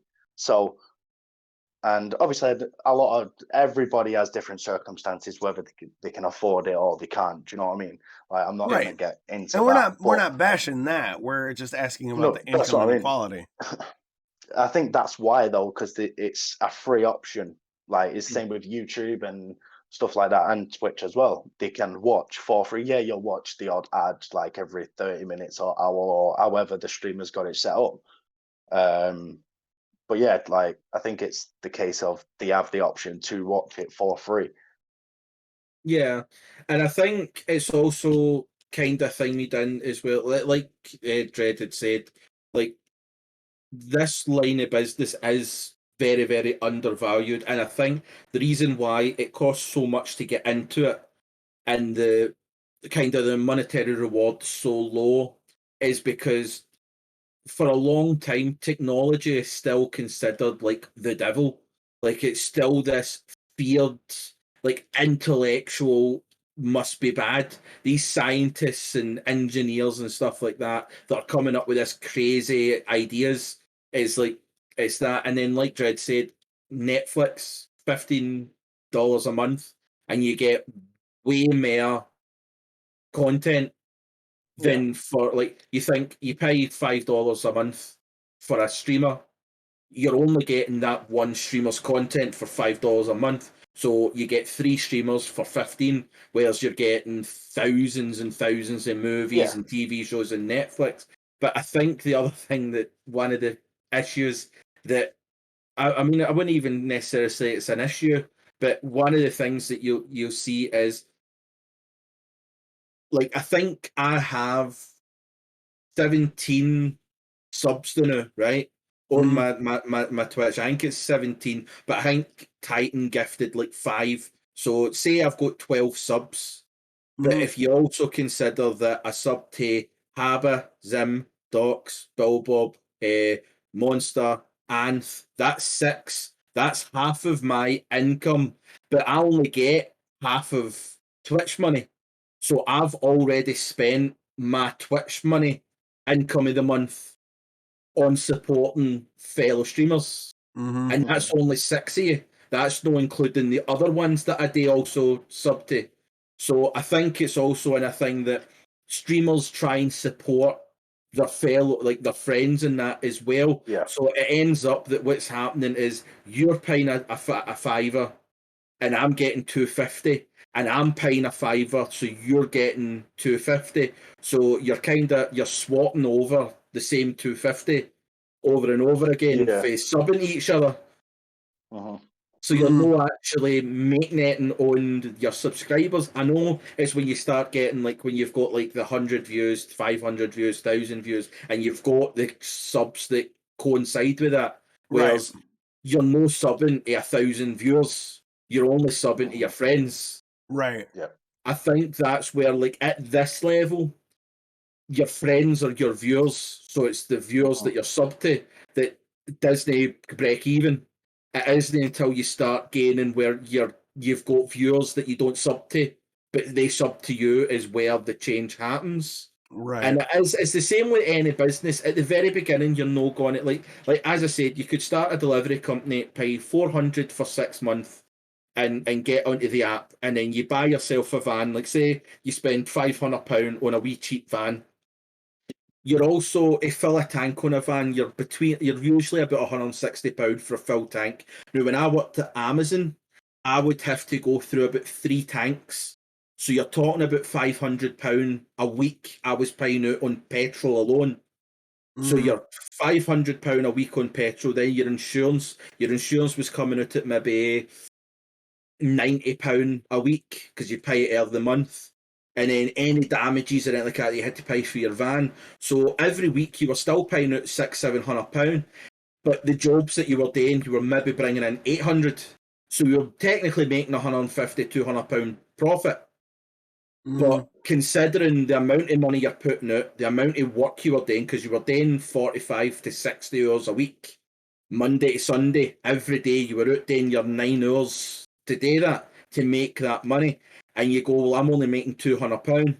But see, after a couple of months, you'll then start getting, well, people have actually know you more, so you're going to start getting more work. You'll actually get extra work. You'll be able to put up your prices. So after 6 months, you're actually bringing in £400 a week profit after covering all your costs. Right. And then before you know it, after a year, you can go, do you know what? I can get a second van on the road where I can go to the driver, by the way, you're going to make X amount of money. You'll have to cover this, but you'll have to pay me an extra £100 for me getting you the work. So that driver then makes £300 a week, but you're making the extra £100 on having that extra driver. And that's where you start going, well, if I have 10 extra drivers, I could make an extra £1,000 a week, just pure profit. The drivers are all making £300 a week. Mm-hmm. And then that's how it all snowballs. But that's having a very, very smart business plan on that. Streaming is a complete other ballgame. Yes, it is. You can't guarantee that in a year's time you're going to have 100 subs coming in, and then you 3 go, years well, I've been affiliated. I can add up this extra channel of content and start drumming up more business that way. Like, you don't have that option. But it's one of the ones that it sounds like a pyramid scheme, but at the end of the day, it does also thing me in that you can then start letting drivers be able to get more and more into their actual stuff. Like with Amazon, especially, Amazon, you don't make any money. See, as a drive or a delivery company owner, you make nothing at Amazon. See, between paying your staff wages, paying your drivers, paying van damages, insurance, petrol, and all this, you literally come out at a loss when you work with Amazon. It isn't until you start spreading out and getting into like DPD, getting into Hermes, getting into DHL, getting into this company, that company, CEX. Like, you can have 35 vans on the road at Amazon and still come away with a loss, because you're coming in with 15 grand worth of fucking damage on 3 vans. Fucking cunts. But it's one of the ones. I want to jump in. I don't mean to cut you off, but you made a really good point, and I want to hit on that before we lose it. You talk about spreading your business, right? One of the things I've always heard from everybody is, oh, you got to make sure your stuff is on YouTube. You got to make sure your stuff is on TikTok. You got to make sure your stuff is on Instagram. All of that is free. You're not getting income from that. Not like yet. if you add another business, you have the potential to earn the income from that. But streaming is, for a lot of us, we don't have the time to do that, because one, we're not making the income. We're not making the income to provide us the ability to focus on those other distribution platforms, because we all got other jobs, right? We got kids or we got jobs. So again, it seems like, and if it comes off that I complain a lot about streaming this podcast, I'm not. I'm trying to like highlight some of the difficulties that this career and this profession and this form of entertainment has shown me. Not that I'm ungrateful or anything, but I just want to like kind of give everybody the behind the scenes. But like, having to spread my stuff to YouTube and TikTok and Instagram, it all takes time for what potentially right now is great earnings, but in the reality is I'm not making any extra income for all that extra time I have to spend. I'm doing it, I'm experimenting with it, I'm trying to figure it out. But for guys like Bilbo or Habba, who's got kids and whatnot, all that extra work isn't seeing any return to the mainstream yet. And it seems like the level of investment for streaming is so much higher because you're a commission-based career. Like, none of us make money if people don't support us by hitting the subscribe button or dropping bits or donos. So to expect us to be able to branch out to other distribution platforms to build our main platform, being Twitch or YouTube or Facebook Gaming, that seems like another barrier and another hill you got to climb, where other businesses don't really have that. Like, I know Bernadette has a couple businesses. She has to do like social media and inventory and whatnot, but she then also doesn't have to worry about YouTube and Instagram, like streaming stuff. She can focus on getting the inventory out and hosting the parties, where like I'm always talking to her, hey, I got to make this, I got to do that, I got to do that, and I got to do that. And then she's like, I would like to branch out to those other avenues, but for the most part, she doesn't necessarily have to branch out where I'm feeling like I have to branch out. Do you understand kind of like what I'm saying? Billbob, why don't you jump in here real quick? Well, for me on that side, like for me to edit down videos and stuff like that on the console, the editing software it's terrible. It really is. It's so just there's only so many like clips you can add into it. So say you've got one video and it's an hour long, say, you can only cut down 50 clips within the hour. So say you just want to take a load of bullshit out and it exceeds like so sorry, a better way to put it. So the very beginning, you've got a 10-minute segment. Like, well, for me, playing Apex, I've got a 10-minute segment where I pop off in a game. Do you know what I mean? I want to edit down to each fight. You're looking 3 to 4 clips per fight if you want to break it down, like where, say, I pop a heal or whatever. Do you know what I mean? Take an advance, try flank, whatever it may be. I want to try cut that edit down so they're not just watching bullshit. So that's taking up 3 to 5 clips just in one fight. Where if I go into a game where I pop off and I come out with 10 to 15 kills, I'm going to be getting into 7 to 8 fights. There you go. There's all my clips done and I can't edit anymore. Do you know what I mean? So trying to sometimes get that many clips within so many games what you play is hard anyway. And then trying to click the record, because when I'm streaming, it does record and then you'll be able to download it from Twitch and stuff like that. But then me doing that on the tablet and trying to edit it all down on the tablet is going to be a pain. But then, so once that is all done, you get that short enough video that you'll be able to edit down. You're restricted to YouTube. That's the only place you can upload.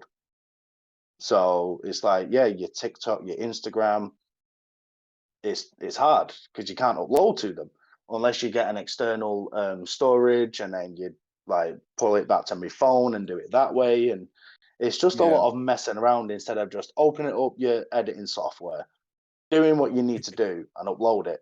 It's not that. You've got to go through 7 to 8 different things just to try and get 1 2 to 3 minute video. Yeah. Right. Do you know what I mean? It's a real pain.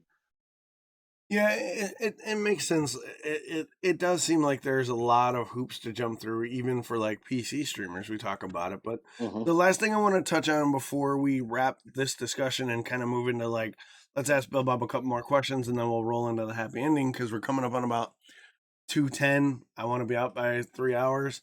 I want to address this one last thing that I've seen online about console and PC streamers is the mentality and level of like elitism or hate that I see console streamers get. Billbob, you being a console streamer, have you experienced like people just being like, and I know you touched on it lightly, but I want to know if it's like a legitimate thing or if it's just something that's like social media. Do you feel that your viewers that aren't like regulars come in and be like, oh, you're a console streamer, like your quality's worse, your production's worse? Do you get hate because you're a console streamer? Where PC streamers don't tend to get that same level of hate? No, I've never received hate for it. Do you know what I mean? You get the odd person that will come into chat just trying to waffle some shit anyway. Do you know what I mean? They get told to fuck off, get banned, and you never see that person again. Right. And it's the same with that. If like, I've not had any hate off, oh yeah, fucking console streamer, you shit, you cheap, fuck, whatever it is. I've not had anything like that. And if it was one of them, they'd get told straight away, well, my PS5 can do exactly what your PC can do. Do you know what I mean? I can play my games in better quality than you can on your PC. So you keep dissing on my console. Do what you want. Like it really doesn't bother me. Like the hate towards it, I've not received any. And if it did, like I said, they'd just get told to piss off. They'd get banned, and you'd never see that person again. Do you know what I mean? On to carry on playing on my console. So never had any hate or anything like that. You don't think that the mentality of like viewership is different because you're a console streamer either? I don't know what the other side feels like, so I couldn't really say. Do you know what I mean? I've only ever streamed from console, so I don't know. I'd say the viewership is mostly from console like viewers. Do you know what I mean? Because a lot of them is a console-based games, unless obviously your main FPS or whatever it may be. Because a lot of other games apart from Apex that I do play are console exclusives. So you will get a lot of them viewers which are console players themselves, unless like it's you guys popping in or some of other streamers that I know, but they have a PC, so they'll have a multiple tabs open. Do you know what I mean? If you while they're editing down or playing or whatever it may be. Do you know what I mean? Where we can never do that. See, now I've got my new tablet. I can have a couple people up at the time while I'm doing whatever I'm doing. But yeah. See, you've just opened yourself up to a world of hate, because every stream that you're live now, I'm just going to come in and go, fucking console loser. Right? Well, the reason I brought that angle up is because I'm on Twitter a lot for work, which I despise Twitter, but I see a lot of like streamers talking about the hate they got because they're a console player or a console streamer, and I go into random streams all the time to find low view streamers to kind of boost them up, and a couple that I have come across I have seen literally people hate on them because they're a console streamer. Why don't you have a camera? Why don't you have alerts? Why don't you have this? And in my personal experience, when I did start out, when I wasn't running a cam and I didn't have an alert box and I didn't know how to do overlays, I did get quite a bit of hate about it. And my response was like, dude, this is new. Like, I don't know any of this. I'm learning on the job. You know what? You actually just sparked a memory. I actually did get it once. It was a raid. It was back when I was on PS4 because I didn't have my cam. I started using my cam on release with PS5. So back on when I was streaming on PS4, I didn't have cam, no overlays, no nothing like that. And somebody had raided. I can't remember how many people it was for. But I was in a game and I was, like I said, I get really concentrated. And I was in the game, I was playing, and I didn't notice. I didn't look around to the side to look at the chat, do you know what I mean? Because I'm so... And then obviously they'd raid in, I think maybe 5, 6, maybe 7 minutes had passed by, me just being fucking stupid and not paying attention. That was it. Everybody had gone, you'd load of fucking shit messages in there saying how much of a twat I am and stuff like that. It's like, sorry, mate, what do you want me to do? Do you know what I mean? You don't have these alerts that pop up to let me know that something's happening in chat or the raids come through. Do you know what I mean? I mean, just playing my game, I'm concentrating. Do you know what I mean? Even at that, but like, I had alerts on my thing, and at the very beginning, I even didn't notice alerts going off because I was focused on playing the fucking game that I was doing. Like, I'm sorry, but if you're streaming a game, you're supposed to time me with chat and all that, but the important part is you're playing the fucking game. Like, chat comes second to the game. You're playing the game. So, like, you always have a wee glance, but there's been plenty of times where, like, I'd missed raids or I missed people subbing or anything like that, and I would go back and, like, you'd say, oh, I'm really, really sorry and all that kind of stuff. I mean, I've never really had, like, I've not had hate. I did have one comment on TikTok, which was hilarious, where they said that I can't even play the game right. But apparently they don't like it when you say, well, you can lick my balls. But, like, that was the only time that I actually ever got, like, any sort of message or anything like that to, like, doing that category. Like, it was the same with, like, when we played League the first time, Dredd literally said, by the way, League is one of the most toxic games. Don't let anybody on the other team or anybody else really bother you. And when we started playing it, nobody said there was no shit, there was no toxicity. I had a great time. And it was like, everybody, like, even Zim was like, what happened? Like, why are you having a good time at League? You're not supposed to have a good time playing League. It's bullshit! It was like even other things, like, Dredd made a really good point the other day where he said that Apex has got a worse toxic, like, following than League does. Even at that, I've never came across anybody in Apex that's been a cunt, like, who's been on, like, chat, like, just being a dick and all that kind of stuff. The only time I did have one thing was when me and Titan were playing Splitgate, and on Splitgate I always message in and say, like, everybody have a good game or anything like that, and somebody said no. I was like, well, don't have a good game then, sir. Like that's my limit of having a bad time with toxicity, and I feel a little envious and jealous that everybody else is getting this hate and I'm just getting to enjoy gaming. Like, how fucking dare I? Yeah, it's interesting to discuss the different mentalities of stuff, especially from like being on this side of the camera and then being off stream, because it is interesting because streaming is an odd career or profession or hobby or whatever level you're at, because on some level you're kind of laying yourself out to the keyboard warrior, anonymous, faceless sort of masses, right? Yeah. And they're anonymous and faceless until you develop a community and get followers and subscribers, and you're able to sort of find that genuine connection to like your stream, like we talked about earlier. You get your regulars coming into your bar, and I think for a lot of people, and I kind of want to, because we might run a little long, but I kind of want to, like, we're having such a great discussion, but I want to get to some more Billbob questions. But I think for me, it's all from your mentality, how you react to like the mentality of the viewership, to the level of genuineness that you have and being like, look, I missed it. I'm new to the game, right? The whole sort of like, I think, and then the third thing is like, do you mesh those two together, your genuineness and your ability to bring people in so that you can foster community and foster viewership and foster people who want to invest in you? Thoughts?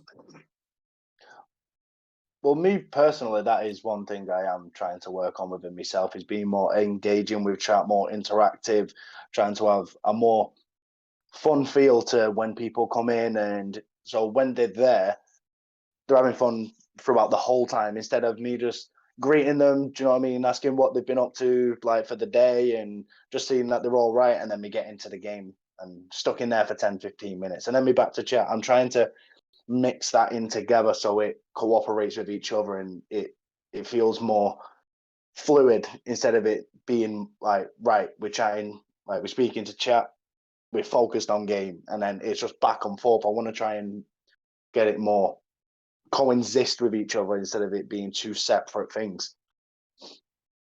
Right. What do you think, Chris? I think like the dream and the want is to always be like genuine and be your own thing, because it must get exhausting trying to be something else on stream in order to bring, because you can only portray that so long, and then the little bits of your true self's going to start coming out. So like I've always said that from day one, just be genuine, be yourself. If people don't like it, fuck them. Like I really don't have enough hours in the day to give a fuck if you're upset about something that literally cannot be controlled. Or if it was just an opinion kind of thing. Like I know that there's streamers that like get shit because it's like I know it's a different thing, you know, that kind of stuff. If you're a big streamer, it's different, and if you're a big female streamer, it's different. But things like, see if you're in like Sweet Anita's channel, like she gets shit because she forgot to close her door. And it's people come in and go, oh, it's really freaking me out, it's my OCD, and it's like, but that's your problem. Right, exactly. Yeah. It's a hot-ass fucking room. I'm going to have my door open so I can breathe. Like, it's things like that. Like, that level of shit is just sting me. And then it's other things like people coming in and it's like, you're not playing the game right. I'm not playing the game right. I'm playing the game the way I want to play the game, which is right. Like, games don't have... If the outcome is the same, the game can be played different ways. Right, it's how you play the game to enjoy the game. If you don't like the way somebody plays the game, fuck off and play the game yourself the way you want to play the game. So it's like, I think there's a lot of hate that comes that's just fucking stupid and I don't get it. And then there's other things like, But it's like everything. There's a difference between hate and critique. Like turning around and saying, "Oh, I'd really like turning around and saying, like 9 times out of 10, having a cam is better than no cam." But at the same time, you also have to have the understanding that there's reasons why certain people don't have cams. Facts. Then Yeah. and thing so it's like it's no something to hate. Yes, it's an opinion. It might be a favoured thing for you, but at the end of the day, there's other reasons as to why things are that way. So why the fuck are you hating stuff? Like, it's simple to turn around and go, "Oh, why do you not have a camera?" And like Habba said, coming in and say, "Oh, why do you not have a camera?" See, once you say, "I don't have a camera because such and such," conversation's done. Yeah. Yeah. You turn around and going, "Oh, but I would prefer." I really don't give a fuck what you would prefer. I'd prefer if you went and stuck a spindle up your ass and fucked off. We're not going to get that, so we're both at a loss here. So there's just things like that where it's like pointless hate, which I always find stupid. And if I ever found someone, and I know that you can have randoms that come into your stream and all that kind of stuff. They're just they're randoms. But if I found, like, if I ever found out that Dox was in somebody else's stream harassing them and being a dick, it's the last thing I would do with Dox. Because there's a difference between having banter and just be like the streamer being involved in the jokes and stuff like that, if it's like an ongoing thing. But if you were to go into somebody's chat and just be a cunt for the sake of being a cunt, I don't want to know you. I don't want you in my community. I don't 100%. Want to work with you. That's it. And again, everybody was like, "Oh, but people have the right," and it's like, yes, and I have the right to associate with them or not. So absolutely. It's like, you can be a cunt all you want, but I'll tell you to fuck off and have nothing to do with you. That's just how it is. Right. Guys, just before we get into any more questions or any other topic, I just need to nip to the restroom quickly. Okay. We can vamp for a minute or two. Yeah, literally, I'll only be a second. So, well, Billbob dips out. Chris, let's talk about some quick, real punchy, hit releases real quick. Did you see anything, or did you have a chance to see anything that might be catching your eye? Not necessarily, because I put a lot of my games in last week. Yeah, I figured, but I wanted to ask you before I kind of jumped in. No, go ahead. You can take this one. I only put in 2 releases this week because I wanted to keep it for November. So, and I do apologize. There has been some internet issues this stream a lot. The weather's really shitty here, so there has been drop frames, but the audio version should be seamless. And when I upload the video to YouTube and send it to Chris, it should be cleaner. I'll have to double check, so I do apologize for that, but it's the internet, nothing I can do about it, but I appreciate you guys sticking around. So here's a cool thing. Game releases. I got 2 of them. It says one of them is Century Age of Ashes or whatever. I don't remember the name off the top of my head. Yeah, Age of Ashes. Century Age of Ashes is a free-to-play multiplayer dogfighting game. But here's the twist. You're on fucking dragons. Oh, right, okay, right. I like when you said the dog fighting game, and I was like, I don't think that's going to go well. No, not like dog fighting, but like aerial dog fighting. I got. So it's a free to play multiplayer game. You literally take a character, jump on a dragon, and fucking blow each other up out of the sky. So it's like aerial dog fighting on dragons. Like, how could that be bad? If the game is shit, it's shit. But the concept, very cool. It comes out in an early release, November 18th. It's free to play. There's a couple characters right now. Yeah, right. But you jump on a dragon, you're wearing armor, you're throwing shit at other players. Come on, the environment looks cool. It's super deep. The other one I wanted to touch on was Alchemical Cutie. The reason I brought up Alchemical Cutie is it reminded me of huge Stardew Valley vibes. Right? In Alchemical Cutie, you're a slime farmer guy, and you get to raise slimes. But it's got that pixel art style of Stardew Valley. You can go fishing and have your slimes compete in competitions, and you build out your slime ranch. There was a game in a way similar to this called Slime Rancher a couple of years ago, but this has got you actually breed the slimes, you actually make the slimes, you actually like set up their traits and things like that. And it's got that sort of Stardew Valley chill, I'm a slime creator kind of vibe. And it's won a ton of indie awards, so it's got that indie cred that I like, because I'm an indie snob. So I've been called by some people. But yeah, Alchemical Cutie comes out on the 12th. All of them are available on Steam. They look really great. I wish I had more time to research them in depth, but like I said, car accident and insurance and shit. But I would definitely, if you're into either like dragon dog fighting, free to play multiplayer PvP stuff, check out Century. It is in early access. If early access is in your jam, I get it. Don't worry about it. But definitely take a look at Alchemical Cutie if you like Harvest Moon, Animal Crossing, Stardew Valley, shit like that. That's definitely the vibes I got off of those. What do you think, real quick, Chris? Well, first of all, what I'm going to do is do something that you should have done and put them in chat. You know what? I'm a little busy. People Okay? have got a brain and are able to remember the simplest of tasks. You know what? Fuck you. But no, the Alchemic Cutie actually does look like, it looks like my kind of game where I would just like be able to just enjoy and just chill, because you know me, I'm into like my Banished and my City Skylines and my gas station simulator. But I mean the Century Age of Ashes, like, yeah, it has like the good things, and I'm good at dragon. So right, you're good at dragon. Right. Drag these balls. Drag these balls.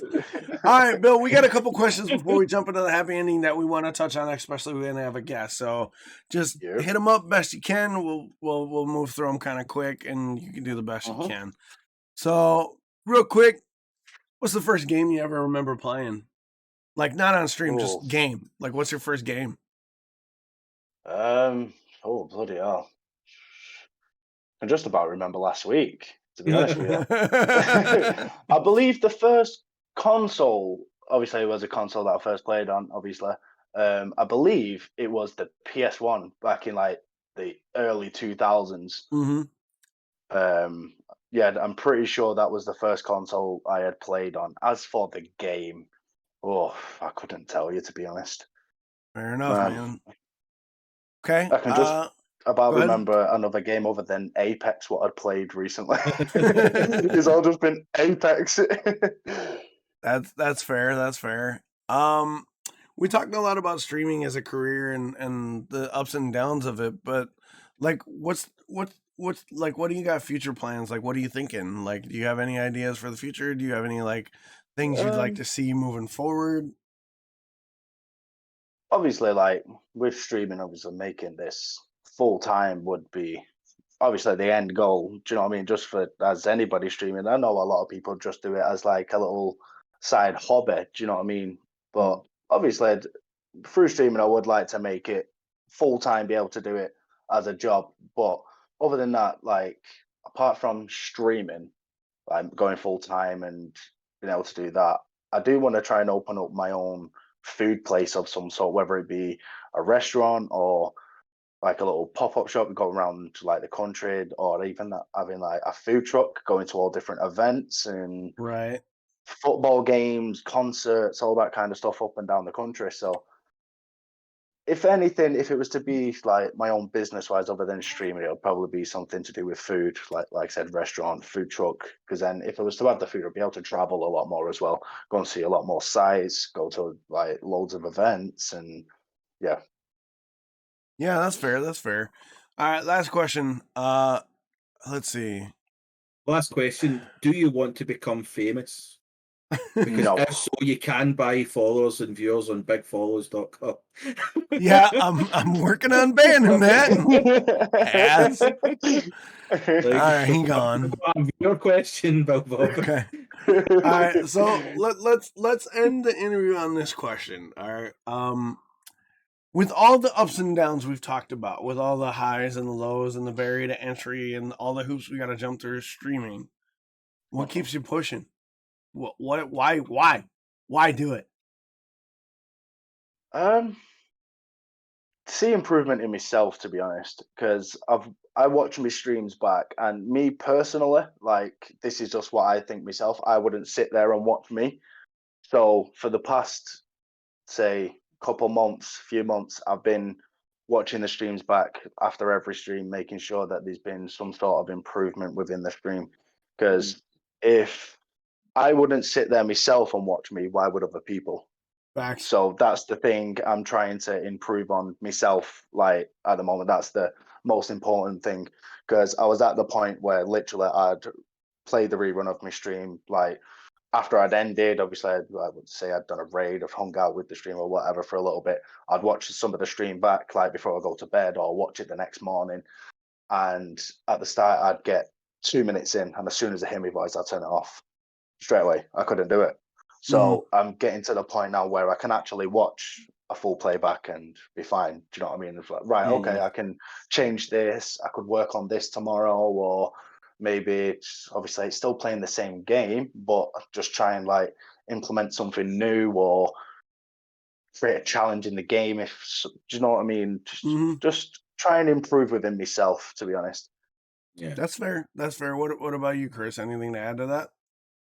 No, I think that is like I can see with the difficulties that come with like you just said there, like you're having to play the same game. Like that is another issue with the console games. Is like on PC you can go into a place like CD Keys or something like that and pick up a game for $5.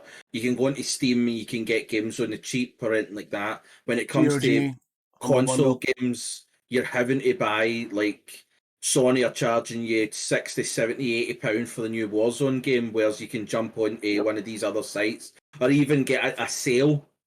And it's rare that Sony have a lot of good things like the PSN and the PS Plus and stuff like that, which is like £8 a month, £5 a month, and you get decent. It's like the Game Pass for Xbox, but it is like. I think that's a good way. Like that's a good reason to want to keep on going is. Like wanting to continue to improve yourself, not just in a streaming standpoint, but like you said, you use streaming to be able to meet new people and kind of get yourself out your comfort zone and stuff like that. That is a good way to using streaming. Is it can help with your mental health. It can help with so many other things that it might not be for monetary gain. It might not be like the hard truth is. You might not make it as a top streamer where you can do this full time. You might not be able to make decent money on this platform and all that. Yep. But if the other option is being able to do more things in real life because you're able to push yourself, you've been able to push yourself out of your comfort zones, you've been able to meet new people that has now allowed you to be able to travel more, go and meet people, go outside and be more you. That is a good kind of byproduct of streaming. Something that's definitely come out of it is it's well and truly improved my social anxiety. Well and truly like smash through the ceiling. Do you know what I mean? Like literally I could walk down the street and just have a conversation with a random person. Where 2 years ago I didn't even go out my door other than work. You know what I mean? Right. That was it. I wouldn't speak to nobody unless I was on the game, like, and tell them to fuck off at this shit. And do you know what I mean? Apart from that, that was it. There was no socializing with anybody other than the missus and my kids and going to work. But you don't go to work to make friends. You go to work to earn your paycheck. You go home. It's as simple as that. Do you know what I mean? Yeah, you can meet friends through work, and I have done like that. I'm still friends with now from old jobs and stuff like that. But you get a job to go and earn your paycheck, come home, pay your bills. It's as simple as that. Do you know what I mean? Yeah. That's like, I always got called, well, not called anything, but I always got took the piss out of because I never used to go to like staff, like night outs and stuff like that. It's like, well, no, I come to work to earn money, not go to work to spend money. Facts. Do you know what I mean? And it's like, even buying lunch and shit in work, it's like, no, I'd rather not eat anything, wait till I go home and get a nice dinner. Do you know what I mean? Just buy a bottle of water or something like that. Do you know what I mean? It's what's the point going spending £5 to £10 on a lunch while you're in work? Save that £5 to £10, go home and just have a nice cooked meal. Facts. Do you know what I mean? No, 100%. I agree. So, for those of you that are new to the podcast or been a long time listener, really like to rack words. We like to wrap up the podcast with happy endings. It's basically some positive stories that we feel need to be elevated. We like having guests on because we like to get their perspective on the happy ending too. So this week, I think you started last week, Chris, so I'll start this week, or really doesn't matter. Do you want to go first or should I? No, and you go. Like, all right, cool. So this week, I picked a kind of an easy one that I like to harp on a lot. I'm a big nature guy, so this week I was perusing the happy Good News Network. I get all my good news from the Good News Network. Shout out to them guys. And I'm a big fan of like conservation and nature. And one of the article this week talks about sea turtles and how conservation is actually paying off, especially in Western Africa. Let me just pull up the article real quick and I'll give you sort of like a primer. So it says, dramatic boom in nesting sites of sea turtles as conservation in West Africa pays off. Cape Verde is where the article is centered, and it talks about how from 2015 to 2020, there's been a 2,000% increase in sea turtle nesting sites, going from as low as 10,725 turtle nesting sites to over 200,000. So not only has this benefited the turtle population, like the sea turtle population around Cape Verde, but it's also been beneficial for the country. And conservation has been a big boom as a whole, because one of the shifts that made this such a successful effort was people who were caught poaching or had been convicted of poaching didn't get jail time. They were given community service, and the community service was, you now have to work the nesting sites with the conservation teams. So these poachers learned that the animals that they were poaching have life cycles and various other things. They weren't just viewed as a commodity.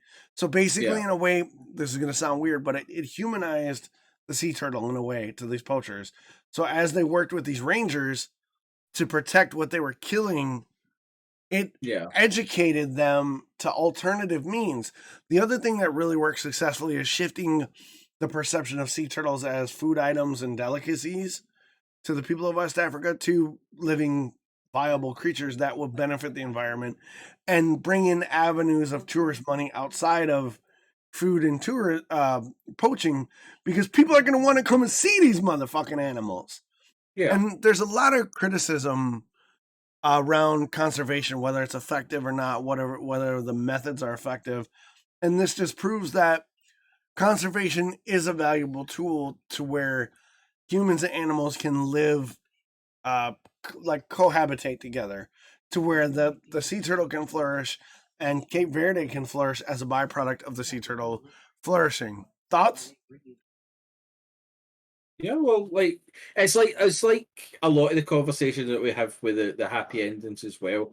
Like every time we've talked about like conservations or anything that helps the environment, one constant thing that comes up is how it's also helping the infrastructure of the locations if it's happening, be it with influx of tourism, influx of like businesses coming to be able to kind of work, like hotels and stuff like that. So it's like it's another win in the sense that yet again the numbers in like the sea turtles and the nesting and all that kind of stuff are rising. Poaching is coming down, but the area is also seeing the gain in like more tourists coming down, therefore like more hotels, restaurants being built. That means that more jobs are being created, all because we stopped killing turtles. Seems so simple when you think about it now. Like once it's happening, like save a turtle, get a job.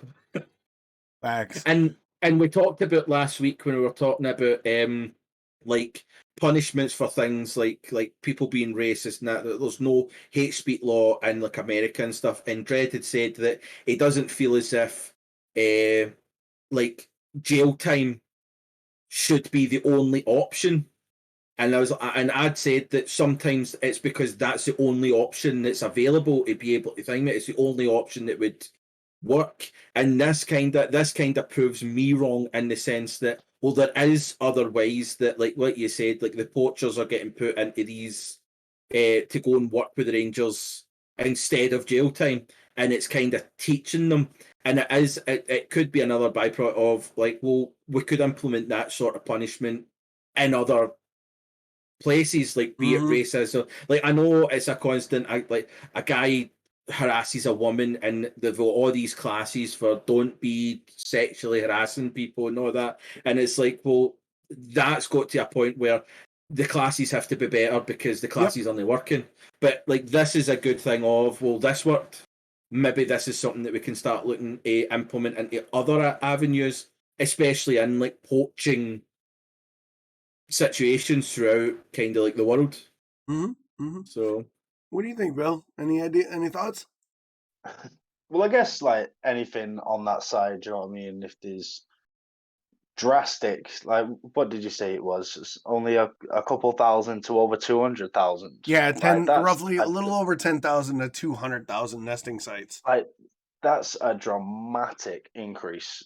Do you know what I mean? So, like, literally, it's maths is no good at the moment, but yeah, that's insane. So to see that amount, if they could implement that into other species as well, not just the turtles, and obviously get it into other, obviously it'd be different for other species, obviously, but if you could get that and increase it everywhere, because you can see all these different species that are near extinct, going extinct. Do you know what I mean? So if you could make a lot of these species that are, like, build all these conservations for them, it'd be amazing. It really would. Build all the populations back up and get the animal life thriving again. Yeah, I think one of the major takeaways from this article, especially like when I talked about it, is the alternative to jail time, right?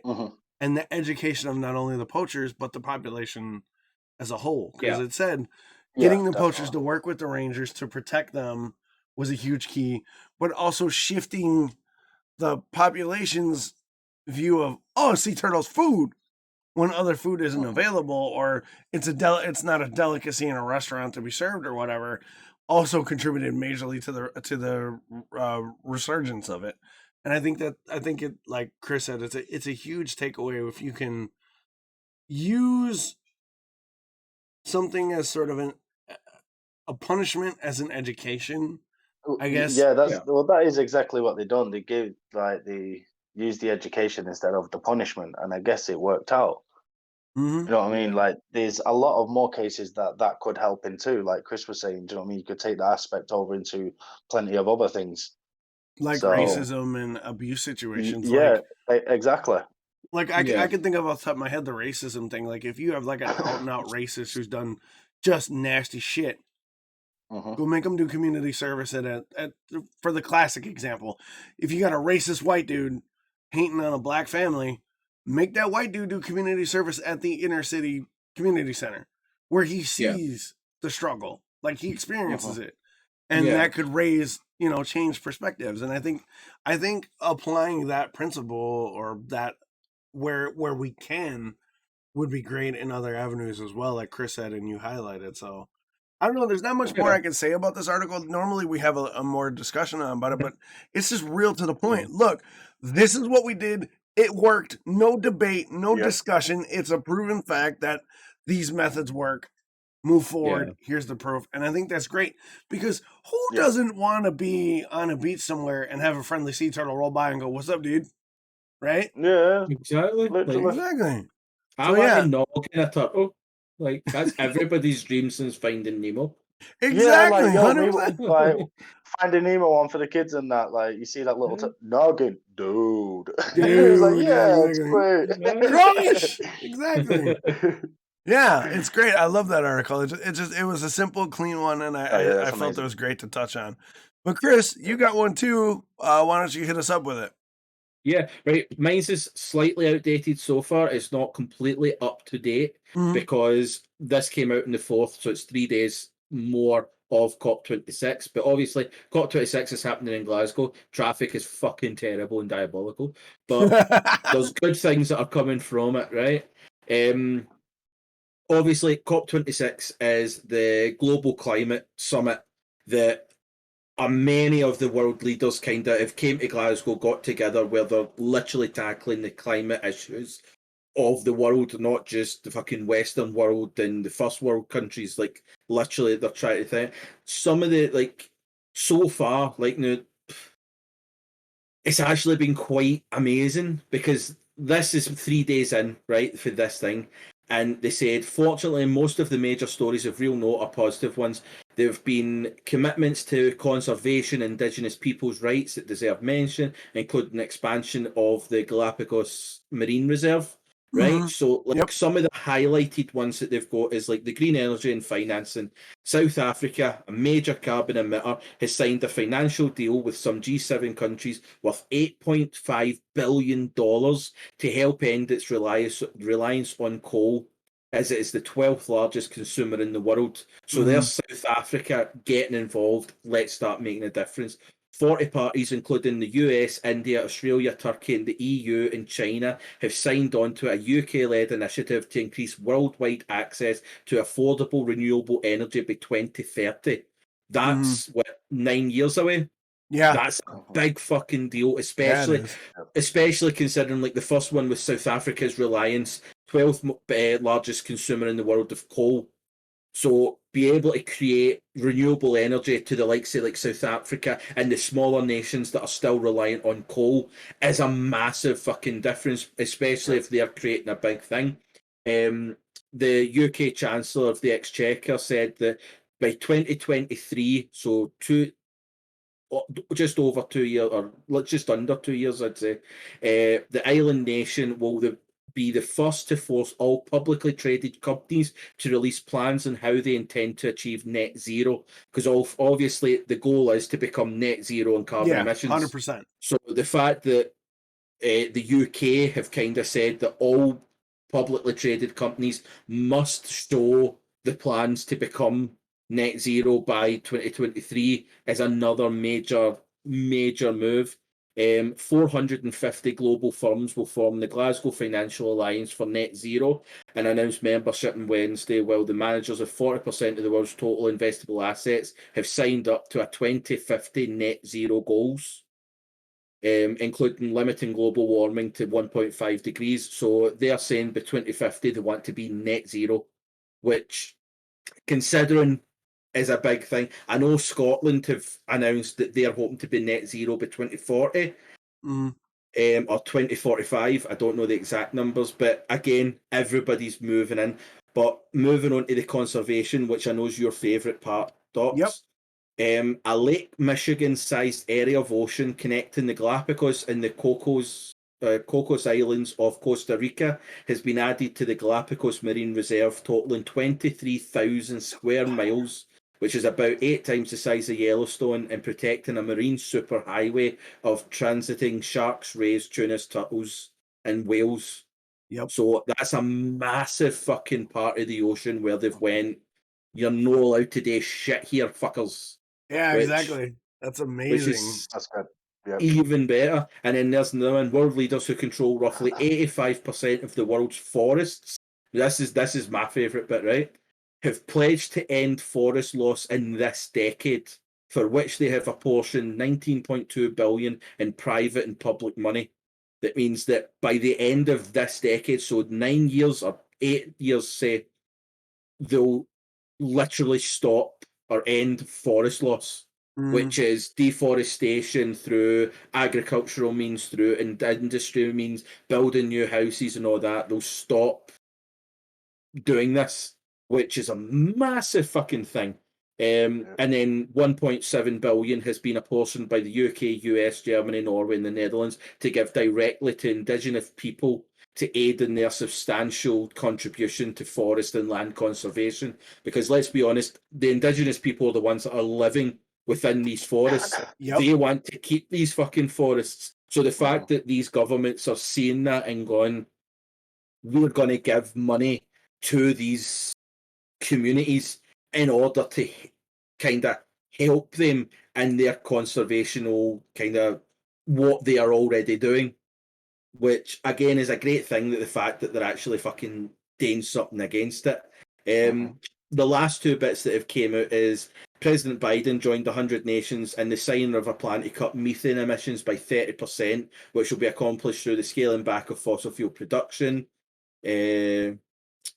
say it lasts only 12 years in the atmosphere, but it's being considered as a way to buy time for the CO2, which can stay in the atmosphere for up to 1,000 years. Yeah, that's nuts. So it's like, it is a big thing. Like, taking out the methane is a faster process than the CO2, but it can be a major fucking thing as well.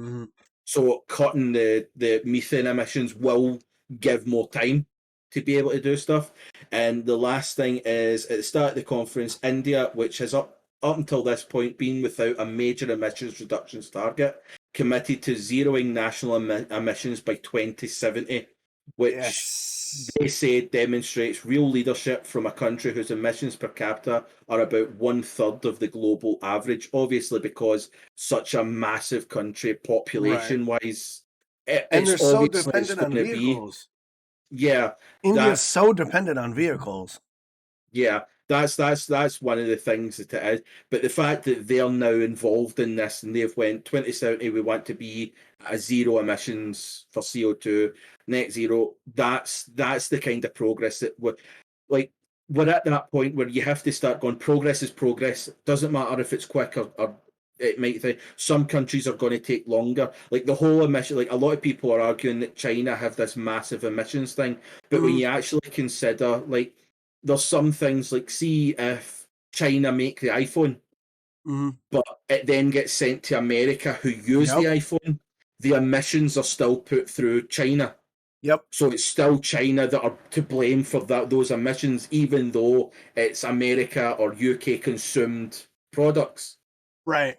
Whereas if the industry was in the US, it would come through the US. 100%. But at the same time, I'm sure there was somewhere that said that China have improved their forest land by like 50%. Yeah, so, I think I did see that somewhere.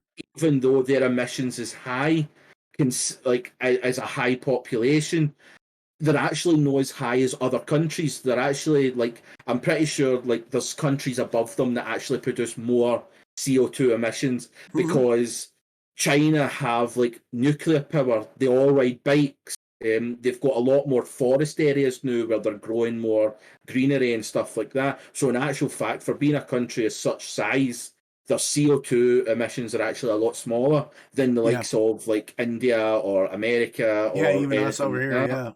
Yeah, so I think with this COP26, it's been more kind of driven in that it's not a political statement. It's not China's is worse than America or America's is worse than Russia. It's we've all fucked it. We need to fix it. Facts. Like, let's stop blaming cunts and let's actually start doing things because we're all to blame. And I think that's what I'm taking away for this COP26 is that politicians are actually starting to understand that we're all to blame. And it's no, like, for so many times, like, I don't know if you guys used to, or Docs, if you used to get it, but in the UK, the advert that used to cut about is, remember to switch off your light, because if you don't switch off your light, you're killing this fucking sea turtle air here with your emissions. And you're like, well, hold on. New York is lit up. Las Vegas is lit up. Paris is lit up. Blackpool's fucking lit up. London's lit up. Why is it me leaving my fucking light on that the problem is here? Like, no. It's the fact that Las Vegas for 24 hours a fucking day for the last 30 years has been lit up like a fucking Christmas tree. You switch your lights off, fuckers. Exactly. Yeah, we did get those adverts, so that's amazing to hear because we've talked about it on the podcast before. We got one Earth right now, and there ain't any other options, so we better fucking fix the shit that's going wrong. Otherwise, Mother Nature's gonna fix it for her goddamn self. So I like how COP26 is basically saying, this ain't political. We're all in this shit together. And if anybody knows me, I'm not like a one world government conspiracy guy, but like there are times where people need to put their shit aside and be like, all right, well, let's fucking go to work. And I think with the way COP26 has got these countries to commit and they've got realistic, it seems like on the surface from what I read and a little bit into it, it seems like the goals aren't unrealistic or unachievable, especially with the money that's being raised and the commitments that are being given. If those target numbers can be hit, maybe my grandkids, if I have anybody, which I don't want any, but if they have them, great, cool, I'm fine. They might actually enjoy a little part time themselves instead of being stuck inside of a house. Yeah. What do you think, Bill? No, yeah, definitely. Like, just any improvement in any case will work, to be honest, because obviously, as you both know, the world in a fucking shit show at the moment. Do you know what I mean? Especially like with this pandemic that we're coming sort of to the end now.